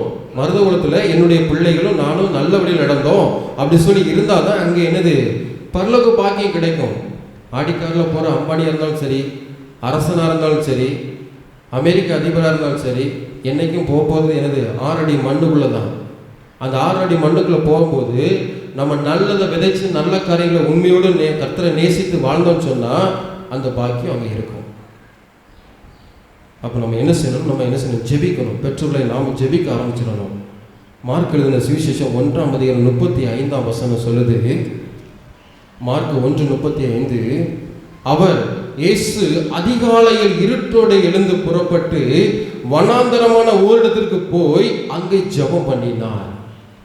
இயேசு கிறிஸ்து ஜெபம் பண்றதுக்காக அதிகாலை இருட்டோடு நேரத்தோடு எழும்பி வனாந்தரமான ஒரு தனிமையான இடத்துல போய் ஜெபம் பண்றார். இன்னைக்கு பெற்றோர்களை நாம இன்னைக்கு தனி ஜெபம் யாரெல்லாம் பண்றாங்க? நான் பிள்ளைகளை கேட்க மாட்டேன், பெற்றோர்களாகிய நம்மளை தான். நானும் ஒரு தாய், ஒரு பிள்ளைக்கு பெற்றோர் தான். நம்மகிட்ட தனி ஜெபம் எவ்வளோ நேரம் இருக்கு? தனி ஜெபம் பண்ணணுமா இல்லையா? யோசித்து பாருங்க. நான் உங்களை கையெழுத்துக்க சொல்ல, யோசித்து பாருங்க. அப்போ அவர் தான் நமக்கு ரோல் மாடல். அந்த இயேசு கிறிஸ்து வனாந்தரமான ஒரு இடத்துல இருட்டோட எழுப்பி என்ன செய்யற? நேரத்தோட இருட்டோட எழுப்பி போய் ஜெபம் பண்ண போறாரு அப்படி சொன்னா வழிகாட்டினார். நமக்கு ரோல் மாடல், பெற்றோர்களையே நமக்கு கற்றுக் கொடுத்துக்கிறார் அப்படி சொன்னா அப்போ நம்ம அதை என்ன செய்யணும்? பின்பற்றணும். நம்ம ஜெபம் பண்ணோமா? ஜெபம் பண்ணிட்டு இருக்கிறோமா? காலையில் எழும்பி காப்பி குடிச்சு வேலையை பார்த்துட்டு நம்ம போனோம்னா நம்ம சந்ததிகள் எப்படி வளரும்? வளராது. நம்ம பல பிளான் போட்டிருப்போம். ஒவ்வொரு வயசுல நம்ம பிள்ளைகளுக்கு இப்படி பண்ணணும், நம்ம குடும்பத்தில் ஒரு வீடை வாங்கணும், காரை வாங்கணும், ஒரு பங்களா வாங்கணும். நடக்கவே நடக்காது. ஜெபத்தினால எல்லாத்தையும் செய்ய முடியுங்க. அல்லேலூயா, அல்லேலூயா. நீங்கள் பண்ணி பாருங்க, ஜெபம் பண்ணி பாருங்க. பெற்றோரை நீங்கள் நான் பேசுகிறத பார்த்துட்டு நீங்கள் ஊழியக்காரன் நினைக்காங்க. நான் ஒரு குடும்பமாக நினச்சி சொல்கிறேன், தைரியமாக சொல்கிறேன். என் தாய், என் தகப்பன், என் சகோதரி, என் சகோதரன் நினைத்து தான் ஒவ்வொரு திருச்சபைக்கு நான் போகின்றேன். பரலோகத்துக்கு போகும்போது நம்ம எல்லாரும் சேர்ந்து போகணுங்க. ஒரு செகண்டில் அந்த இயேசு கிறிஸ்து வரும்போது எக்கால சத்தம் கேட்கும்போது நம்மளாம் மறுரூபம் ஆயிடுவோம். மறுரூபம் ஆனதுக்கப்புறம் எல்லாம் எப்படி இருப்பாங்களாம்? தேவ தூதர்கள் போல இருப்பாங்களாம். அந்த பாக்கியம் கிடைக்கணும். அதுக்காக தாங்க இன்னைக்கு இந்த சந்ததிகளை நீங்கள் உருவாக்கணும்னு சொல்கிறேன். நம்ம என்ன செய்யணும்? இந்த இயேசுக்காக என்ன செய்யணும்? கரெக்டாக இந்த பிள்ளைகளுக்கு ஜெபத்தில் வளர்க்கணும். ரெண்டாவது பார்த்தீங்கன்னா அதில் மத்தேயு 14:23 சொல்லுது. மத்தேயு 14:23 சொல்லுது, அவர் ஜனங்களை அனுப்பிவிட்ட பின்பு தனித்து ஜெபம் பண்ண ஒரு மலையின் மேல் ஏறி சாயங்காலமான போது அங்கே தனிமையாக இருந்தார். பாருங்களுங்க, இதில் எண்ணியவோ பெரிய ஊழியக்காரர் நான் இந்த இதில் எடுத்துக்காட்டாக சொல்ல வரலைங்க. நம்முடைய அந்த சராசரி படைத்த இயேசு கிறிஸ்து நமக்கு கற்றுக் கொடுத்துருக்கிறாங்க. வேதத்தில் பாருங்களேன், அவர் ஜனங்களை அனுப்பிவிட்ட பின்பு தனித்து ஜெபம் பண்ணும்படி என்ன செய்யறாரு? ஒரு மலையின் மேல் ஏறி என்ன செய்யறாரு? சாயங்காலமான போது தனிமையாக இருக்கிறாங்க. நம்ம வாழ்க்கையில் பெற்றோர்களாகிய நம்ம வாழ்க்கையில் தனி ஜெபம் அவசியம். கட்டாயம் ஜெபம் பண்ணுங்க. எழுதி வச்சு ஜெபம் பண்ணுங்க. பிளான் போடுங்க. வீடு கட்டும் போது சதுரடி இத்தனை சதுரடி கிச்சன் வேணும், இத்தனை அடியில் பெட்ரூம் வேணும், மாடி இத்தனை அடியில் என்ன செய்யணும் வேணும்னு சொல்லி போடுறவங்க எழுதி வச்சு நமக்கு என்ன செய்யுங்க? பிள்ளைகளை குறித்து, குடும்பத்தை குறித்து எழுதி வச்சு ஜெபம் பண்ணுங்க. தண்ணி ஜெபத்தில் ஜெபம் பண்ணுங்க. வெளியில் போய் அழாதீங்க. கர்த்தர்கிட்ட அழுகுங்க. கர்த்தர் மாற்றுவார். இன்னைக்கு நிறைய இடங்களில் பார்த்தீங்கன்னா வீடுகளில் குடும்ப ஜெபம், தனி ஜெபம் கிடையாதுங்க. குடும்ப ஜெபம் இல்லாத வீடு இல்லைங்க. நமக்கு கற்றுக் கொடுத்துருக்காரு, கர்த்தர் தான் கற்றுக் கொடுத்துருக்காரு. கட்டாயம் வேணும், தனி ஜெபம் வேணும். அதே போல் இன்னொரு காரியத்தை நான் ரொம்ப அழுத்தமாக நான் சொல்ல ஆசைப்படுறேன். உங்கள் பிள்ளைகளுக்கு நீங்கள் கற்றுக் கொடுக்கணும், நல்ல வழியில் சொல்லணும் அப்படி சொன்னால் வாரத்தில் ஒரு நாள் உங்கள் பிள்ளைகளுக்காக நீங்கள் உபவாசம் இருந்து ஜெபிக்கணும். உபவாசம் இல்லாமல் நீங்கள் உங்கள் பிள்ளைகளுக்காக ஜெபிக்கிறது என்ன செய்யும்? வேஸ்ட்டு தான். கட்டாயம் வாரத்தில் ஒரு நேரமாவது என்ன செய்யும்? வாரத்தில் ஒரு நாள் நீங்கள் நியமிங்க, கணவன் மனைவியை நியமிங்க. நம்ம பிள்ளைகளுக்காக நம்ம ஜெபம் பண்ணுவோம், ஒரு நாள் உபவாசம் இருந்து ஜெபம் பண்ணுவோம், ஒரு நாள் நம்ம திருச்சபையில் குழந்தை இல்லாதவங்களுக்காக நம்ம ஒரு நாள் நிச்சயம் ஜெபம் பண்ணுவோம். இல்லை ஒரு வேளை கூட என்ன செய்யலாம், உணவை தவிர்த்துட்டு நம்ம ஜெபம் பண்ணலாம். அப்படி ஜெபம் பண்ணணுங்க. நிறைய இடங்களில் இன்றைக்கி நான் பார்க்குறது வேணா வேதனைங்க. நிறைய கிறிஸ்தவ வீடுகளில் பெரிய பெரிய பணக்கார வீட்டுக்கெல்லாம் போயிருக்கேன். ஆனால் அந்த வீட்டுக்குள்ளே ஜெபம் இல்லைங்க. வேதனையாக இருக்குது. ஜெபம் இல்லை, பணம் இருக்குது, ஆனால் ஒன்று மட்டும் இல்லை, சந்தோஷம் இல்லை. அதையும் நான் பார்த்தேன். இன்னைக்கு ஜெபம் இருந்தால் சந்தோஷம் இருக்கும், துக்கம் இருக்கும், ஆனால் இயேசு இருப்பார், ஆனால் கைவிட மாட்டார். அல்லேலூயா, அல்லேலூயா. இதை நீங்கள் மனசில் வச்சு இங்கிலேருந்து நீங்கள் என்ன செய்யுங்க? ஜெபம் பண்ண ஆரம்பிச்சுங்க. இன்னைக்கு ஒரு டேட்டை போடுங்க. சிறுவர் சிறுமி இருந்த இன்னைக்கு சிறுவர் நேரம் அன்றைக்கு நான் என் பிள்ளையை ஒப்பு கொடுத்து நான் எதெல்லாம் நான் செய்ய தவறிட்டனோ இங்கே நான் செய்கிறேன் ஏசப்பானே. இதே ஆலயத்தில் அந்த அண்ணால் எப்படி ஒரு பொருத்தனை பண்ண, நீங்கள் பொருத்தனை பண்ணுங்க. நிறையா வீட்டில் ஜெபம் இருக்குங்க. ஒரு ஐயா ஒரு பிரசங்கம் பண்ணும்போது சொன்ன ஒரு கருத்து எனக்கு ஞாபகம் வருது, ஒரு கதை ஒன்று ஞாபகம் வருகிறது. புதிதாக திருமணமானவர்கள் உண்டு. திருமணம் ஆகும்போது கணவன் மனைவி என்று சொல்லி அடுத்த நாள் திருமணத்திற்காக ஜெபக்கூட்டம் வச்சுட்டு இருக்கும்போது ஒரு பிரசங்கத்தை ஒரு ஐயா சொல்லும்போது நான் அதை கவனித்தேன். அப்போ என்ன நடந்ததுன்னா, இருவரும் கிறிஸ்தவர்கள் தான். பெண்ணானவள் நல்ல ஜெபிக்கிற மகள், கர்த்தருடைய சமூகம் நல்ல வாஞ்சியோட அபிஷேகம் நிறைந்து ஜெபிக்கிற மகள். ஆனால் அவருடைய கணவருக்கு என்ன செய்யலை, நல்ல ஆரம்பத்திலேருந்தே நல்ல ஜெபிக்கிற ஆலயத்துக்கு போகிற ஒரு சாதாரணமாக இருந்தாலும் ஜெபம் பண்ணுறதுல ரொம்ப என்ன செய்யலை தெரியாது. ஆலயத்துக்கு போவார் வருவார், இப்படி தான் இருந்தார். கல்யாணம் முடிஞ்ச உடனே மனைவி சொன்னால், ஏங்க நம்ம குடும்ப ஜெபம் பண்ணணுங்க, குடும்ப ஜெபம் பண்ணாமல் தூங்கக்கூடாது, என்னை குடும்ப ஜெபம் பண்ணணும் அப்படி சொல்லி அழுத்தமாக சொன்னாங்க. அப்படியா? அப்படின்னா குடும்ப ஜெபம்னா என்ன பண்ணணும்? எல்லாரும் சேர்ந்து நம்ம என்ன செய்யணும்? நைட்டு சாப்பிட்டு முடிச்சுக்கப்புறம் தூங்குறதுக்கு முன்னாடி நம்ம ஜெபம் பண்ணணும் அப்படி சொல்லி மனைவியானால் சொன்னார். அப்படியா அப்படி சொன்னோன்னே சொன்னார், இவர் கணவருக்கு என்ன செய்யாது? ஜெபம் பண்ண சொல்லுங்க தெரியாது. முதல் நாள் கல்யாணம் முடிஞ்சு குடும்பம் நடக்கு. அப்போ அவர் சொன்னார், ஏம்மா நீனே ஜெபம் பண்ணிடுமா அப்படின்னு சொன்னார். இந்த மகள் நல்ல வல்லமையாக ஜெபம் பண்ணான், நல்ல ஜெபம் பண்ணாங்க. என் கணவர் ஆசீர்வதிங்க, எங்கள் மாமியார் ஆசீர்வதிங்க, நான் கர்த்தருக்குள்ள பிரியமாக நடக்கணும் ஆண்டவரே, என் வாழ்க்கையை நீங்கள் ஆசீர்வதின்னு சொல்லி நல்லா ஜெபம் பண்ணி ஆமேன்னு முடிச்சுட்டு தூங்கியாச்சு. அடுத்த நாள் யார் ஜெபம் பண்ணோம்? டேன் போட்டாச்சு, டேன் டூட்டி. அடுத்த நாள் கணவர் ஜெபம் பண்ணோம். கணவர் ஜெபம் பண்ணாருன்னு அவருக்கு ஒன்றும் புரியல. இது வரைக்கும் நம்ம ஜெபம் பண்ணாமல் விட்டோமே, என்ன செய்ய சொல்லி மனைவி கண்ணை மூடி, எங்க ஜெபம் பண்ணுங்க அப்படின்னு சொல்லிட்டாங்க. இயேசு மாமா உங்க ஸ்தோத்திரம், இயேசு மாமா எங்களை ஆசீர்வதியும், இயேசு மாமா எங்களை ரட்சியும் சொன்னாங்க. கண்ணை முடித்து மனைவி பார்த்தா, இயேசு மாமாவா? இயேசு உனக்கு அப்பானா போய் எனக்கு மாமா தானே அப்படின்னு. அடப்பாரு அவர் சொன்னாங்க, இயேசு பொதுவான கடவுள், நமக்கு எல்லாருமே யாரு? அப்பா தான், தகப்பன் தான், உங்களுக்கும் அப்பா தான் அப்படி சொல்லி ஒரு வேடிக்கையான காரியம் இருந்தாலும் இன்னைக்கு ஜெபம் பண்ணுவதில் நிறைய ஆண்களுடைய காரியங்கள் தவறு இருக்குதுன்னு நான் சொல்லுவேன்.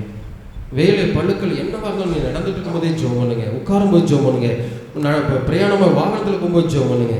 அந்த ஜெபத்தை கேட்பாருங்க. முழங்கால் போட்டு ஜெபம் பண்ணிகிட்டே இருக்கணும்னு நினைக்க வேண்டாம். ஒருவேளை இன்னைக்கு வேலைக்கு போகிறீங்க, போகும்போதே ஜெபம் பண்ணிட்டு போங்க, அந்த ஜெபம் கேட்கப்படும். அல்லேலூயா, அல்லேலூயா.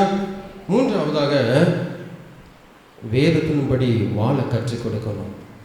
வேதத்தின்படி வாழ கற்றுக் கொடுக்கணும். முதல்ல என்ன செய்யணும்? கர்த்தருக்காக பிள்ளைகளை வளர்க்கணும். ரெண்டாவது, ஜெபிக்கிற பெற்றோர்களாக நம்ம என்ன செய்யணும்? வாழணும். மூன்றாவது, வேதத்தின்படி வாழ கற்றுக் கொடுக்கணும். எஸ்ரா 7ஆம் அதிகாரம் 10ஆம் வசனம் வாசிங்க. எஸ்ரா 7ஆம் அதிகாரம் 10ஆம் வசனம், 597வது பக்கம். கர்த்தருடைய வேதத்தை ஆராயவும் அதன்படி செய்யவும் இஸ்ரவேலிலே கட்டளைகளையும் நீதி நியாயங்களையும் உபதேசிக்கவும் எஸ்ரா தன் இருதயத்தை பக்குவப்படுத்தி இருந்தான். நாம பக்குவப்படணும், அதைத்தான் நான் சொல்ல வருகிறேன். கர்த்தருடைய வேதத்தை ஆராயவும் அதன்படி செய்யவும், ஆராய்ந்து பார்க்கணும் இந்த வேதம் என்ன சொல்லுகிறது என்று சொல்லி கடமைக்காக காலையில் ஒரு அதிகாரம் வாசிட்டு ஓடிடக்கூடாது. அந்த வசனங்கள் என்ன சொல்லுது ஆராய்ந்து பார்க்கணும், தியானித்து பார்க்கணும். அதில் சொல்லப்படுகிற கட்டளைகளை பின்பற்றி நடக்கணும். நீதி நியாயங்கள் நேர்மைகள் படி அங்கே என்ன சொல்லப்படுகிறதோ, கர்த்தர் என்ன எழுதி வைத்திருக்கிறாரோ அதன்படி இந்த உலகத்தை நம்ம வாழ்ந்து காட்டணும். வியாபாரம் செய்யும்போது நம்ம ஏமாத்தி வியாபாரம் பண்ணா வேதம் சொல்லுது நீதியாக செயல்படுன்னு சொல்லுது. ஒரு வியாபாரம் செய்யணும்னு வச்சுக்கிங்களேன், நிறைய இடத்துல பார்த்துருக்கீங்களா, ஒரு ஆப்பிள் பழங்கள்லாம் விற்கிறோம், இல்லை பழம் விற்பனை பண்ணாங்கன்னா நல்ல பழம் எங்கே இருக்கும் தெரியுமா? நல்ல பழங்கள் எங்கே இருக்கும்? அடுக்கி வச்சுருப்பாங்க. அழகாக காலையிலே க்ளீன் பண்ணி சுத்தமாக அடுக்கி வச்சுருப்பாங்க. அந்த பழங்கள் நல்ல பழங்கள் எங்கே இருக்குன்னு சொன்னால் கீழே இருக்கும். ஒரு 5 நாள் 6 நாள் ஆன பழம் எங்கே இருக்கும்? மேலே இருக்கும். நீங்கள் போய் லேசாக கீழே அப்படியே ஒரு 2 பழத்தை உருவுங்க, கடைக்கார சத்தம் போடுவார். ஆனால் அந்த பழத்துக்கும் ஒரே மதிப்பு தான், நாட்களான பழத்துக்கும் ஒரே மதிப்பு தான். இது ஏமாற்றமா இல்லையா? ஏமாற்றம். அதான் சொல்லுங்கள், நம்முடைய வாழ்க்கையில் நம்ம என்ன செய்தாலும் ஒரு நீதி நேர்மையோடு என்ன செய்யணும், கர்த்தர் பார்த்து கொண்டிருக்கின்றார். அதனால் வேதம் சொல்லுது பாருங்க, வேதத்தை ஆராய்ந்து பார்க்கணும். எஸ்ரா அதை தான் செய்தார். அவங்க சொல்லப்பட்ட கட்டளைகளையும் நீதி நியாயங்களும் உபதேசிக்கவும் எஸ்ரா தன் இருதயத்தை பக்குவப்படுத்தினான். இன்னைக்கு நம்முடைய இருதயம் பக்குவப்படுவாங்க. எசப்பா நான் இனி வேதத்தை நான் என்ன செய்வேன், ஆராய்ந்து பார்ப்பேன். எத்தனை மகத்துவங்க, சாக போகிற ஒரு மனிதனையே இந்த வசனம் என்ன செய்யும், உயிரோடு எழுப்புதுன்னா நம்ம ஏமாத்துறோம். கிறிஸ்துவ அறிந்து காலங்காலமாக தலைமுறை பின்பற்றி வாழுகிற நாம கர்த்தரை அறிந்துகிட்ட நமக்கு லேசான காரியம் இல்லை. இதை வாசித்து அதன்படி நான் வாழணும், ஒரு பக்தி வேணும் இல்லை. இன்னைக்கு இந்த பக்தியால் நம்ம என்ன செய்யணும், பெற்றுக்கொள்ளணும். பெற்றோரை நாம் என்ன செய்யணும், இன்னைக்கு ஒப்பு கொடுக்க போகின்றோம். அதே போல் பார்த்தீங்கன்னா சங்கீதம் 1:2 சொல்லுது, கர்த்தருடைய வேதத்தில் பிரியமாக இருந்து இரவும் பகலும் அவருடைய வேதத்தில் தியானமாக இருக்கிற மனுஷன் பார்க்கலாம். இன்னைக்கு நம்ம ஒரு முடிவு எடுக்க போகிறோம். வேலைக்கு போயிட்டு வந்தோமா, இல்லை வீடுகளில் இருக்கோமா, இரவும் பகலும் எந்த நேரம் என்ன செய்யணும், ஜெபம் பண்ணிக்கிட்டே இருக்கணும். எந்த நேரமும் பெற்றோருடைய நாம ஜெபம் பண்ணணும். நம்மளை பார்க்குற பிள்ளை நம்மளை பார்த்து ஜெபம் பண்ணணும் பண்ணதா? நம்ம ஜெபம் பண்ண ஆரம்பிச்சிட்டா நம்ம பிள்ளைகளுடைய வாழ்க்கையில் மாற்றங்கள் வரும். கோபத்தோடு இருக்கிற பிள்ளைகளுடைய வாழ்க்கையில் நான் கோபப்பட்டு பேசிட்டேன், எங்கள் அப்பாட்ட போய் நான் மன்னிப்பு கேட்கணும் அப்படி சொல்லி செய்யும் வரும். எரிச்சலோட பிள்ளைகள் சில நேரம் பேசுவோம், நம்ம கோபப்பட்டு அடிச்சிருவோம். அது கிடையாதுங்க. காரணம் யாரு? நம்ம ஜெபிக்கல, நம்ம வேதத்தின்படி வாழ கற்றுக் கொடுக்கல பிள்ளைகளுக்கு. இன்னைக்கு அதை செய்யும். நீங்கள் தாங்க திருச்சபை இன்னைக்கு தூணா இருக்கிறீங்க. நம்முடைய வாழ்க்கைக்கு பின்பதாக இந்த திருச்சபையை நல்ல வழியில் கொண்டு போகிற இந்த தூண்களுக்கு ஒரு நல்ல வழியை காட்டும்படி கர்த்தர் இன்னைக்கு உங்களோடு பேசி கொண்டிருக்கின்றார். நடந்த ஒரு சம்பவத்தை சொல்லி நான் முடிக்க ஆசைப்படுகின்றேன். அதே போல் பிள்ளைகள் சேட்டப்படும் போது அடிக்கக்கூடாதுன்னு வேதம் சொல்லலை. ஒரு குறிப்பிட்ட வயது வரைக்கும் என்ன செய்யணும், பெரம்பை கையாளதவன் தன் மகனை பகைக்கிறான். வேதம் சொல்லுது பெரம்பு தேவை. அதுபோல் ஒரு வாலிப வயது அடையும் போது ஒரு தாயை, ஒரு தகப்பனோ, ஒரு நண்பனை போல, தோழியை போல என்ன செய்யணும், பார்க்கணும். அதுக்கிட்ட அறிவுரைகளை சொல்லணும். அது ஒரு வாலிப வயது அடையும் போது என்ன செய்யும், ஒரு நல்ல பருவத்தில் வரும்போது அந்த பிள்ளைகள் தன்னாலே என்ன செய்வாங்க, சுயமாக நிறைய காரியங்களை செய்ய ஆசைப்படுவாங்க. அந்த பிள்ளைகள்கிட்ட நடந்துகிற முறைகள் வேற இருக்குது. அப்போ அவங்ககிட்ட என்ன செய்யணும், நம்ம என்ன செய்யணும், ஒரு ஃப்ரெண்ட்லியாக பழகணும். நீங்கள் நல்லா தெரிஞ்சுக்கங்க, நீங்கள் வேலை இருந்தாலும் சரி, என்ன இருந்தாலும் சரி, வாரத்திலே மாதத்தில் ஒரு நாள் பிள்ளைகளுக்கு நல்லா என்ன செய்யுங்க, ஒரு நாளை ஒதுக்குங்க. பிள்ளைகளை எங்கேயாவது கூட்டிகிட்டு போங்க. கொஞ்சம் செலவில் என்னது, ஒரு 500 ரூபா, ஒரு 1000 ரூபா எங்கேயாவது பக்கத்தில் கூப்பிட்டு போய் அவங்க கூட நல்லா என்ன செய்யுங்க, சாப்பாடு வாங்கி கொடுங்க, இல்லை ஏதாவது வாங்கி கொடுங்க. கொடுத்து ரொம்ப ஃப்ரெண்ட்லியாக, என்னம்மா அப்பா பற்றி நீங்கள் என்ன நினைக்கிற, நான் இன்னும் என்ன செய்ய வேண்டிய, நல்லா பழகுங்க. வேலைக்கும் மற்ற காரியங்களுக்கும் அவசரமாக போகும்போது நிறைய வீட்டில் சொல்கிற பிள்ளைகள், எங்கள் அப்பா அம்மா 2 பேரும் காலையில் வேலைக்கு போயிடுறாங்க, எனக்கு கவனிக்க கூட ஆள் இல்லை, வீட்டுக்கு வந்தால் எனக்கு ஹோம்ஒர்க்கு செய்யக்கூட எனக்கு நேரம் இல்லை, எனக்கு சொல்லிக் கொடுக்கக்கூடிய ஆள் இல்லைன்னு சொல்கிறாங்க. நிறைய பிள்ளைகள் நான் பார்த்துட்டேன். இன்னைக்கு அது வேண்டாம். படிக்கிற பிள்ளைகள் என்றைக்குனாலும் என்ன செய்யும், கட்டாயம் படிக்கும்.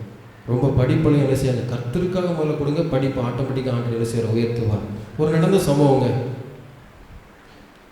என்னுடைய வாழ்க்கையில் நடந்த சம்பவம். நான் கத்தீட்ரல் ஸ்கூலில் படித்தேன்.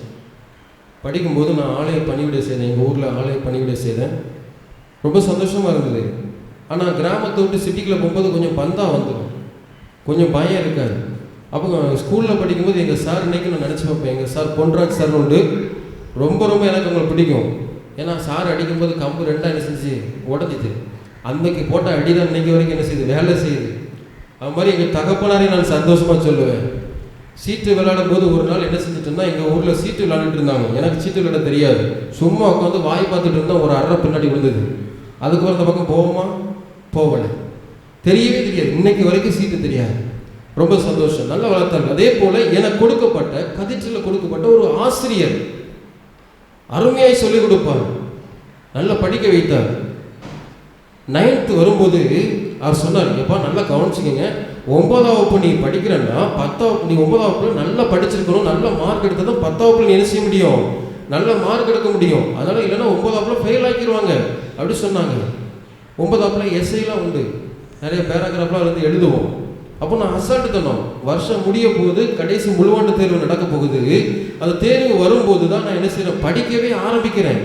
அப்போ ஒரு நாள் நடந்த சம்பவம், அடுத்த வாரத்தில் எக்ஸாம் நடக்க போது சார் சொல்கிறார், எப்பா இங்கிலீஷ்லாம் தெரியாதவங்களாம் என்ன செய்யுங்க, நீங்கள் கொஞ்சம் நான் சொல்கிறத கவனித்து என்ன செய்யுங்க, இந்த ஒரு வாரத்தில் படிக்க ஆரம்பிச்சுட்டு நீங்கள் பாஸ் பண்ணிடுங்க அப்படி சொல்லிட்டாங்க. நான் 5 சப்ஜெக்டில் 3 சப்ஜெக்ட் பாஸ் பண்ணிடுவேன், மீது 2 சப்ஜெக்டில் பாஸ் பண்ண மாட்டேன். அது எதெல்லாம் தெரியுமா, இங்கிலீஷ், மேக்ஸ். எவ்வளோ அருமையாக சொல்கிறீங்க, நம்ம கூட சேர்த்தா நிறைய பேர் இருக்கீங்க, ரொம்ப சந்தோஷம், வாழ்த்துக்கள். அப்போ எனக்கு ரொம்ப சந்தோஷம். அதுவும் இந்த சயின்ஸு சோசியல் சயின்ஸ் இருக்குது பார்த்தீங்களா, இதில் ஜஸ்ட் பாஸில் வந்து இருக்கும் 33, 34 அப்படின்னு இருக்கும். ஒரு அரை மார்க்கு சார் ப்ளீஸ் சார் அப்படின்னு சொல்லி கெஞ்சுவேன். அப்புறம் பார்த்தா போடா அப்படின்னு ஒரு அரை மார்க்கு போட்டு விடாங்க. அதில் ஒரு சந்தோஷத்தை பார்க்கணும். 3 பாடம் பாஸ். ஏன்னா எங்கள் அப்பா கையெழுத்து நானே போட்டுருவேன் ரேங்க் கார்டில். அதையும் கண்டுபிடிச்சி ஒரு நாள் அரை விழுந்தது. பாருங்களேன், இப்படிலாம் நடக்கும்போது அப்போ சார் சொல்கிறாரு, கிராமர் நடத்துகிறாங்க. எனக்கு ஒரு பயம், இவ்வளோ நாள் வேஸ்ட் பண்ணிட்டோமே, இந்த ஒரு வாரம் என்ன செய்ய, எனக்கு இங்கிலீஷும் படிக்கவும் வராது, என்ன செய்யன்னு சொல்லி ரொம்ப யோசிச்சுட்டு இருக்கும்போது திடீர்னு பார்த்தா அந்த இங்கிலீஷ் மீடியமில் கிராமரை எழுதி போட்டாங்க. எழுதி போட்டு இதுக்கு ஆன்சர் எழுதணும் அப்படின்னு சொல்லிட்டு அப்படியே ஒவ்வொரு பெஞ்சாக வந்தாங்க. அப்படியே என்னை செலக்ட் பண்ணாங்க, இங்கே வா அப்படின்னாங்க. கூப்பிட்டாங்க. எனக்கு கை காலம் கிட்டுன்னு ஆடுது, ஒன்றும் பண்ண முடியல, எனக்கு சுத்தமாக ஒன்றுமே தெரியாது. முன்னாடி போய் நின்னேன், இதுக்கு ஆன்சர் எழுது அப்படின்னாரு. சாக் பீஸை கையில் வாங்கி வச்சுருந்தேன், ஒன்றுமே வரல. நீல பெரம்பு இருந்தது, ஒரு அடி அடித்தாங்க பாருங்க, அப்படியே சேவரை போட தள்ளுனேன், எனக்கு அடி விழுந்தது. அப்படியே தடையிட்டு போய் உட்காந்துட்டேன். அடுத்தால் அப்படியே நின்றுட்டு, என்ன உட்காந்துருக்க, எலும்பு அப்படின்னாங்க. அப்படியே உட்காந்து நின்றுட்டு இருந்தேன். பின்னாடி பார்த்தா அடுத்தால் இன்னொருத்தர் அப்படியே லைனாக இருந்தாங்க, நீ எலும்பு அப்படின்னாங்க. பார்த்தா ஒவ்வொருத்தரும் எழுப்புறாங்க. கிட்டத்தட்ட ஒரு 10 பேருக்கு மேலே எழுப்பி நின்னாங்க. போர்டில் போய் அதுக்கு ஆன்சர் பண்ண தெரியலை.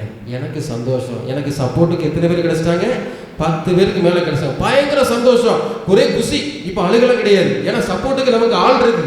அப்பா ரொம்ப சந்தோஷம். கடைசி பார்த்தீங்கன்னா சார் பார்த்தீங்கன்னா சரி இதெல்லாம் விட்டுருவோன்னு பார்த்தீங்கன்னா ஒரு காரியத்தை செஞ்சாங்க. அவர் வயசுக்கு அப்படி வரவே கூடாது, வேகமாக ஓடி வந்தார். ஒரு வாட்டர் கேனில் தண்ணி எடுத்தார். யாருக்கெல்லாம் கிராமர் தெரியல எல்லாரும் எழுப்பி நின்னோம். இவர் வேகமாக டெஸ்க்கு மேலே, இந்த ஹீரோ படத்தில் ஏறி வராங்க பார்த்தீங்களா, இது மாதிரி பெஞ்சு மேலே ஏறி டெஸ்க்கு மேலே ஏறி நின்று உயரமாக நாங்கள் பார்த்துட்டு இருக்கோம். தண்ணி எடுத்து எங்கள் தலையில் என்ன செஞ்சார், தெளித்தேன். நீ இந்த வருஷம் ஃபெயிலு, இந்த வருஷம் நீ உருப்பிட மாட்ட, படிக்காமல் தெருவாக அலைய போகிற, ரோடில் நான் ஒன்றா பார்க்க போகிறேன், இப்படி பஜனை மாதிரி ஆரம்பிச்சிட்டாச்சு. எனக்கு தலையில் தண்ணியை வச்ச உடனே எங்கள் ஊர் சர்ச்சில் எங்கள் ஐயர்வாள் என்ன சொல்லுவாங்க, ஞானசனோட இந்த குழந்தை என்ன செய்ய, அதுதான் ஞாபகம் வந்துச்சு. அப்படியே அழுதுட்டு போனோம் பாருங்க. வீட்டுக்கு போய் உட்காந்துருக்கேன், ரொம்ப கஷ்டமாக இருந்துச்சு. அது வரைக்கும் இயேசுவை பிடிக்கல, கோயிலில் கோல்கிட்டே இருந்தேன், பயபக்தியாக இருப்பேன், ஜபம் கிடையாது, சும்மா சாதாரணமாக தான் இருக்கும். அப்போ இதெல்லாம் செஞ்சோன்னே ஒரு மனசில் கஷ்டமாக இருக்கு. இந்த குழந்தைய ஆசீர்வதிங்கன்னு சொல்லும்போது எவ்வளோ சந்தோஷமாக இருக்குது. இந்த குழந்தை அவர் கையை வச்சு இந்த வருஷம் ஃபெயிலுன்னு சொல்லும்போது எவ்வளோ வருத்தமாக இருக்குது பாருங்கள். அப்போ ரொம்ப கஷ்டத்தோடு வீட்டில் போய் உட்காந்து அழுது ஜெபம் பண்ணேன். எசப்பா மட்டும் தான் பிடிச்சேன். ஏன் சொல்ல வரேன்னா, பிள்ளைகளை உங்களுக்கும் பெற்றோருக்கும் இது ஒரு நீங்கள் நல்லா கவனிக்கணும். வீட்டில் போய் உட்காந்து அழுதேன், வேதத்தை எடுத்துட்டு அழுதுட்டு, ஆண்டவரே இந்த வருஷத்தில் நான் ஒரு எஸ்ஸை கூட நான் படிக்கவே இல்லை அப்படி சொல்லி அந்த ஒரு வாரத்தில் இங்கிலீஷில் எஸ்ஸையை வாசிக்க ஆரம்பித்தேன். பீட்டர் வாசிய சுமால் பாய்ன்னு சொல்லி ஒரு எஸ்ஸை உண்டு இங்கிலீஷில், அதை வாசிக்க ஆரம்பித்தேன். அந்த ஒரு வாரத்தில் படிக்க ஆரம்பித்து ஏசப்பட்ட ஒப்பு கொடுத்து படிக்க ஆரம்பித்தேன். எக்ஸாம் வந்துச்சு, தேர்வு வந்துட்டு, பயம், அப்படியே ரொம்ப பயத்துட்டு இருந்தேன், ஃபெயில் ஆகிடணும் அப்படின்னு சொல்லி. அப்படி கொஸ்டினை வாங்கும்போது ஜோ பண்ணிட்டு உட்காந்து அப்படி கொஸ்டினை பார்த்தா நான் படித்த ஒரே எஸ்ஸே வந்துட்டு. அல்லேலூயா. வருஷ கடைசியில் படித்த அந்த ஒரு எஸ்ஸே என்ன செஞ்சுட்டு வந்துட்டு. அதுக்கு அப்பவுமே ஒரு 15 20 மார்க் விட்டு நினைக்கிறேன். அப்புறம் அதுலேருந்து எடுத்து எழுதலாம், நிறைய கதைலாம் ரீல்லாம் நிறைய விடுவேன். பாருங்களேன், எல்லாம் எழுதி முடித்தோம். ரிசல்ட் வந்தது. எந்திரிச்சு தண்ணிலாம் தெளிச்சாங்க பார்த்தீங்களா, எல்லாருமே பாஸ். அல்லேலூயா. முன்னாடி ஆண்டவர் முன்குறித்து வச்சிட்டார். அல்லேலூயா. எல்லாரும் பாஸ். கடைசியாக நாட்கள் கழிந்தது. ஏன்னா என்னை பக்தியில் நடத்துனாங்க அந்த சார். நான் அவங்கள தவறாக சொல்லலை, என்னைய செபிக்க தூண்டுனது அந்த சார் தான். அன்னைக்கு அப்படிப்பட்ட நிலைமையை உருவாக்கலைன்னா நான் தவறி போயிருப்பேன். அதனால் எந்த ஆசிரியரும் தவறாக நினைக்காதீங்க. உங்கள் பிள்ளைகளை கண்டிக்கிறாங்கன்னா அது நிச்சயமாக ஒரு பிளஸ்ஸிங்காக தான். அது பெற்றோர் நாம உணரணும். அப்போ ஒரு நாள் நாட்கள் கழிந்து வருடங்களாக கழிந்து ஜெயராஜாண்ட பார்க்க ஹாஸ்பிட்டல் முன்னாடி போய் அந்த சாரை பார்த்தேன். கூட்டமாக கூடி பேசிகிட்டு இருந்தாங்க. அவர் சார்கிட்ட போய், சார் தோத்துறோம், நல்லா இருக்கீங்களான்னு கேட்டேன். நல்லா இருக்கேன் அப்படின்னாங்க. தம்பி நீ என்ன பண்ணுற, எப்படி இருக்க அப்படின்னு கேட்டாங்க. நான் உங்கள் ஸ்டூடெண்ட் சார் அப்படின்னேன். தெரியும் 9th நீ என்ன தானே படித்த அப்படின்னாங்க. சார் இப்போ நான் பாலியல் நேசன் ஊழியத்தை செய்கிறேன் அப்படின்னு சொன்னேன். சொன்ன உடனே அப்படியே அழுதார். கண்ணிலேருந்து கண்ணீர் வந்து நடு ரோட்லங்க, அந்த அந்த மரத்தடியில் அந்த டீ கடை பக்கத்தில் இருந்துச்சு. அழுது கொண்டிருந்தாங்க. அழும்போது, சார் ஏன் சார் அழுதுங்கன்னு சொல்லி கேட்டேன். ஏன் மாணவன், என் பிள்ளை அந்த இயேசுடைய ஊழியத்தை செய்கிறான் என்று சொன்னால் அதை விட பெருமை எனக்கு வேறொன்றும் இல்லை என்று சொன்னார். சொல்லிட்டு என்ன செஞ்ச தெரியுமா, செருப்பை அதே இடத்துல கலட்டிட்டு என் தலையில் கையை வச்சு என் பிள்ளையை ஆசீர்வதிங்கன்னு சொன்னாங்க. அழுதாங்க. எனக்கு ரொம்ப வேதனையாக இருந்தது. உண்மையிலே கர்த்தர் நம்ம பிள்ளைகளை ஒப்பு கொடுத்து ஜெபிக்கும் போது, கர்த்தத்தில் வந்து நம்ம நிற்கும் போது நம்ம பிள்ளைகளை என்ன செய்வார், கர்த்தர் ஆசீர்வதிப்பார். ஒரே ஒரு நிமிடம் தலைகளை தாழ்த்தி ஒப்பு கொடுப்பீங்களா? ஒப்பு கொடுங்க. அண்ணே, அக்கா, அம்மா, ஐயா, நான் உங்கள் வீட்டு பிள்ளைய நான் சொல்கிறேங்க. ஏதோ ஊழியத்தை செஞ்சுட்டு சும்மா ஒரு நாளைக்கு ஞாயிற்றுக்கிழமை பிரசங்கத்தை பண்ணிவிட்டு எல்லாரும் வாழ்த்துதலுக்காக நான் வரலைங்க. இந்த திருச்சபையில் ஒரு மாற்றம் வேணும். இந்த திருச்சபையில் நம்ம பிள்ளைகளிடத்தில் ஒரு மாற்றம் வேணும். பெற்றோர்களாகிய நமக்குள்ள ஒரு மாற்றம் வேணுங்க. இன்னைக்கு சொல்லுங்களேன், ஏசப்பா நான் எத்தனையோ விதத்தில் தவறிட்டேன், என் பிள்ளைகளை நல்ல வழியில் வளர்க்க நான் தவறி இருக்கிறேன், என்னை மன்னிச்சுங்க ஏசப்பா சொல்லுவீங்களா? பெற்றோர்களே, பிள்ளைகளை நீங்களும் ஒரு நிமிஷம் உங்கள் அப்பாக்கிட்ட நீங்கள் எதிர்த்து பேசுனீங்கன்னா மன்னிப்பு கேளுங்க. நான் எங்கள் அப்பா சொல்கிற வார்த்தை கீழ்ப்படியாமல் இருந்திருக்கிறேன், என்னை மன்னிச்சுங்க ஏசப்பா.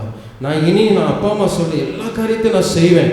எங்கள் அப்பா அம்மா எது சொன்னாலும் எனக்கு நன்மைக்கு தான். எனக்கு கற்றுக் கொடுக்குற ஞாயிறு பாடசாலை ஆசிரியர்கள் என்ன சொன்னாலும் நான் செய்வேன். அவங்க எனக்கு சொல்கிறது எல்லாம் எனக்கு நன்மைக்கு தான். என்னுடைய ஆன்லைன் வகுப்பில் சொல்கிற ஆசிரியர் சொல்கிற காரியத்தில் நான் அழகாக செய்வேன். எல்லாம் என் வாழ்க்கையில் ஆசீர்வாதத்துக்கு தான். நீங்கள் உணர்வீங்களா? ஒரே ஒரு நிமிடம் ஏசப்பாட்ட சொல்லுங்களேன். ஏசப்பா உங்களை பார்த்து, என் மகளே, என் மகனே, உன் இருதயத்தை எனக்கு தா என்று சொல்லி எதிர்பார்த்து நிற்கின்றார். உலக வேலையில் இன்னைக்கு இல்லை, எவ்வளோ சம்பாத்தியம் இன்னைக்கு தடைப்பட்டிருக்கிறது. ஆனால் இயேசு 3 வேளை ஆகாரத்தை கொடுத்து நம்ம இப்போது போஷித்து இருக்கின்றார். ஒரு நிமிடம் யோசித்து பாருங்க. நிலந்து நான் இயேசுவுக்காக வளர்ப்பேன், இயேசுவுக்காக நான் வளர்ப்பேன். என் பிள்ளைகளிடத்தில் அன்பாக நான் இருப்பேன். என் பிள்ளைகளிடத்தில் கோபப்படுத்த மாட்டேன், எரிச்சல் படுத்த மாட்டேன். ஏசப்பா நான் எந்த ஒரு காரியத்தை செய்தாலும் என் குடும்பத்தில் நான் உபவாசம் இருந்து ஜெபித்து அந்த காரியத்தை செய்வேன். நான் ஒப்பு கொடுக்குறேன் ஏசப்பா. என் பிள்ளைகளை நல்வழிப்படுத்துங்க. வேதத்தின்படி வாழ நான் கற்றுக் கொடுப்பேன் ஏசப்பா.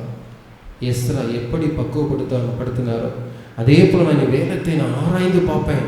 அந்த வசனம் சொல்லுகிறபடி நீதி நியாயங்களை நான் செய்வேன். அந்த கட்டளைகளை பின்பற்றி நடப்பேன்னு சொல்லி பற்றி நீங்கள் சொல்லுங்க.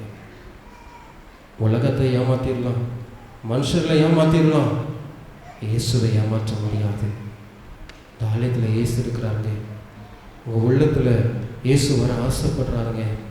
உங்களில் நம்மளால் விட முடிய பல பாவங்கள் இருக்கிறதா, இன்னைக்கு விட்டுருங்க. குடும்பத்துக்குள்ள பிரச்சனை இருக்கிறதா, விட்டுருங்க.